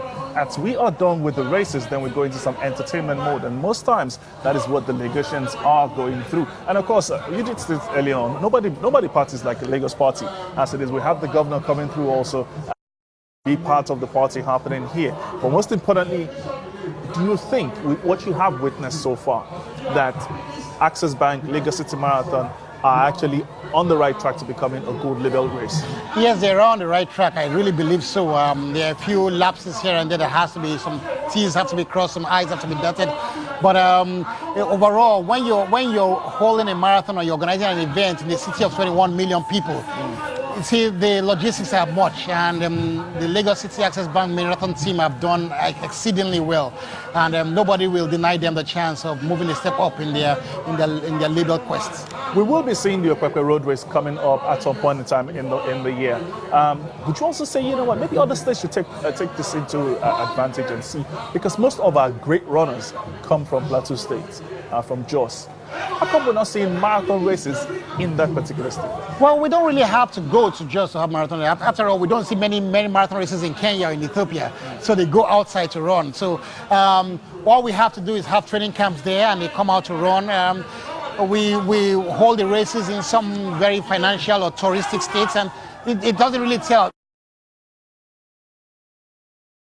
within the state, but for their runners to come out and compete and make the state known. You see, you can only propagate your state outside your states, and I think that's the best thing to do. You export the runners. The prize money is absolutely a great incentive. $50,000, and this is for both men and women. So whoever tops this, of course, $50,000 is in the kitty for you. That's a big deal. And that in itself will be having a whole lot of this gold level athletes saying, you know what, Lagos is where I need to be every February. Yes, I think the prize money is one of even the highest in the marathon races, and you can say that. And one of the key of the label races is to have equal prize money for male and women, and male and female. So it's Lagos City Marathon is showing the way. We $50,000 for the winners, over $1 million in general prize money, all through trigger down to the local runners and everything. So I think it's a race that people are really impressed about the financial reward that it takes. We may not be too happy sending the dollars to Kenya, but we know that they brought some money to spend in Lagos too. I hear you on that one. But you know what, very importantly, again, this is the first time we are seeing this race having athletes pay for this race. Now, it's not a new thing for the elite athletes. I mean, this is what they do. They usually pay to register. Now, to have Nigerians coming through, and quite a number of them also were part of it, 5,000 naira was the registration fee. How do you see this race going further ahead in the future? Because now, it looks as though after 4 editions, we've done this for free, and now people are willing to pay. It looks as though the value has increased. Yeah, the value of the race has increased, I agree with you. And the lifestyle of Lagosians, I think Access Bank has done a great deal, a great CSR to change the lifestyle of Lagosians. We now see that it's something we want to do. We want to change, we can even pay to do it. So the moment you start paying for something, you know that there's a value on that, and we can put a value on this race. So it has changed our lifestyle, it has made us happy, we enjoy the environment. It brought entertainment, it brought everything, it brought a whole new thing. We know that one Saturday in February every year, this is a fixture in the calendar of Lagos that we don't want to miss. All right, you're going to talk to us about the economic impact this is meant to have to Lagosians, Nigerians at large, because I think that's very important. I haven't seen that yet. Maybe you should open our eyes to that. But before then, the governor of Lagos State, His Excellency Babajide Sanwo-Olu, is interestingly happened to be the first governor to actually be part of the race. He started off from Marina and jogged down to Victoria Island, Eko Atlantic City, and I think that's absolutely amazing. Chisom did catch up with him, and of course he had these few words to share. At the Eko Atlantic City, waiting for the marathon runners to arrive, and very soon the best of the best will be arriving here, and here to receive them will be the Executive Governor of Lagos State, His Excellency, who doesn't want to be known as His Excellency anymore, Babatunde Sanwo-Olu. Welcome, and I mean, this is such an amazing tournament or an amazing race, amazing event, and Lagos State is a part of it. What does this mean for the state? Well, I mean, it means everything. It means that we're keeping tandem with our economic agenda. It means that all of the things we promised the people, we're still keeping faith with it. And I'm excited that Access Bank is still working with Lagos State, year on year, for this event. And we've sort of like raised the bar this year again, right? It's a silver category. The prize monies are up. A lot more international elite athletes are also joining us, and the entire organization, it's getting better. And for us, it's really just to speak around the entire ecosystem of tourism, of fitness, of healthy living, family bonding, and just creating, both business, leisure, and fun around it. And as you can see, I'm still sweating. I've done my own 8 kilometers. I certainly cannot do 42, but I'm excited that at least I'm able to keep up with the first runner. And I'm here. I mean, I started off with them at about 6:30 this morning, and it's great to be here this morning as well. And it's interesting that you mentioned the tourism side, because that was going to be my next question. When the economy of the country is now trying to diversify and go into other things, how strong do you think that Lagos is when it comes to promoting tourism, and how much does this race build that up? Well, I think it's important. It sort of like speaks to our entire tourism ecosystem, where when people know that you have, an informed event like this, people begin to calendarize it, and people begin to plan 1 year ahead, right, in their own calendar, to know that come February, second Sunday or second Saturday in February, I'm coming to Lagos. So you plan a 3-day before and a 3-day after, right, and you begin to build a lot of stopping event around it. So for me, that's a way to go, right? And you also help out families where kids, where parents, can also enjoy what it is to have healthy living, be fit, and sort of like also help our health. It just speaks to so many things. Businesses also flourishes around, and we just sort of like bring everybody together and just drop everything you're doing, right, and just be part of this for one day. And I think it's important, and that's really why I'm also, and my government is also supporting and being part of this. Thank you so much for support. Thank you very much, Chizum. Thank you. All right, we just heard from the governor of Lagos State coming through here, and these are the results for the men. Of course, you see there David Bamasai Atumo with a time of 2 hours, 10 minutes, 23 seconds. So this is official, and this is the new course record.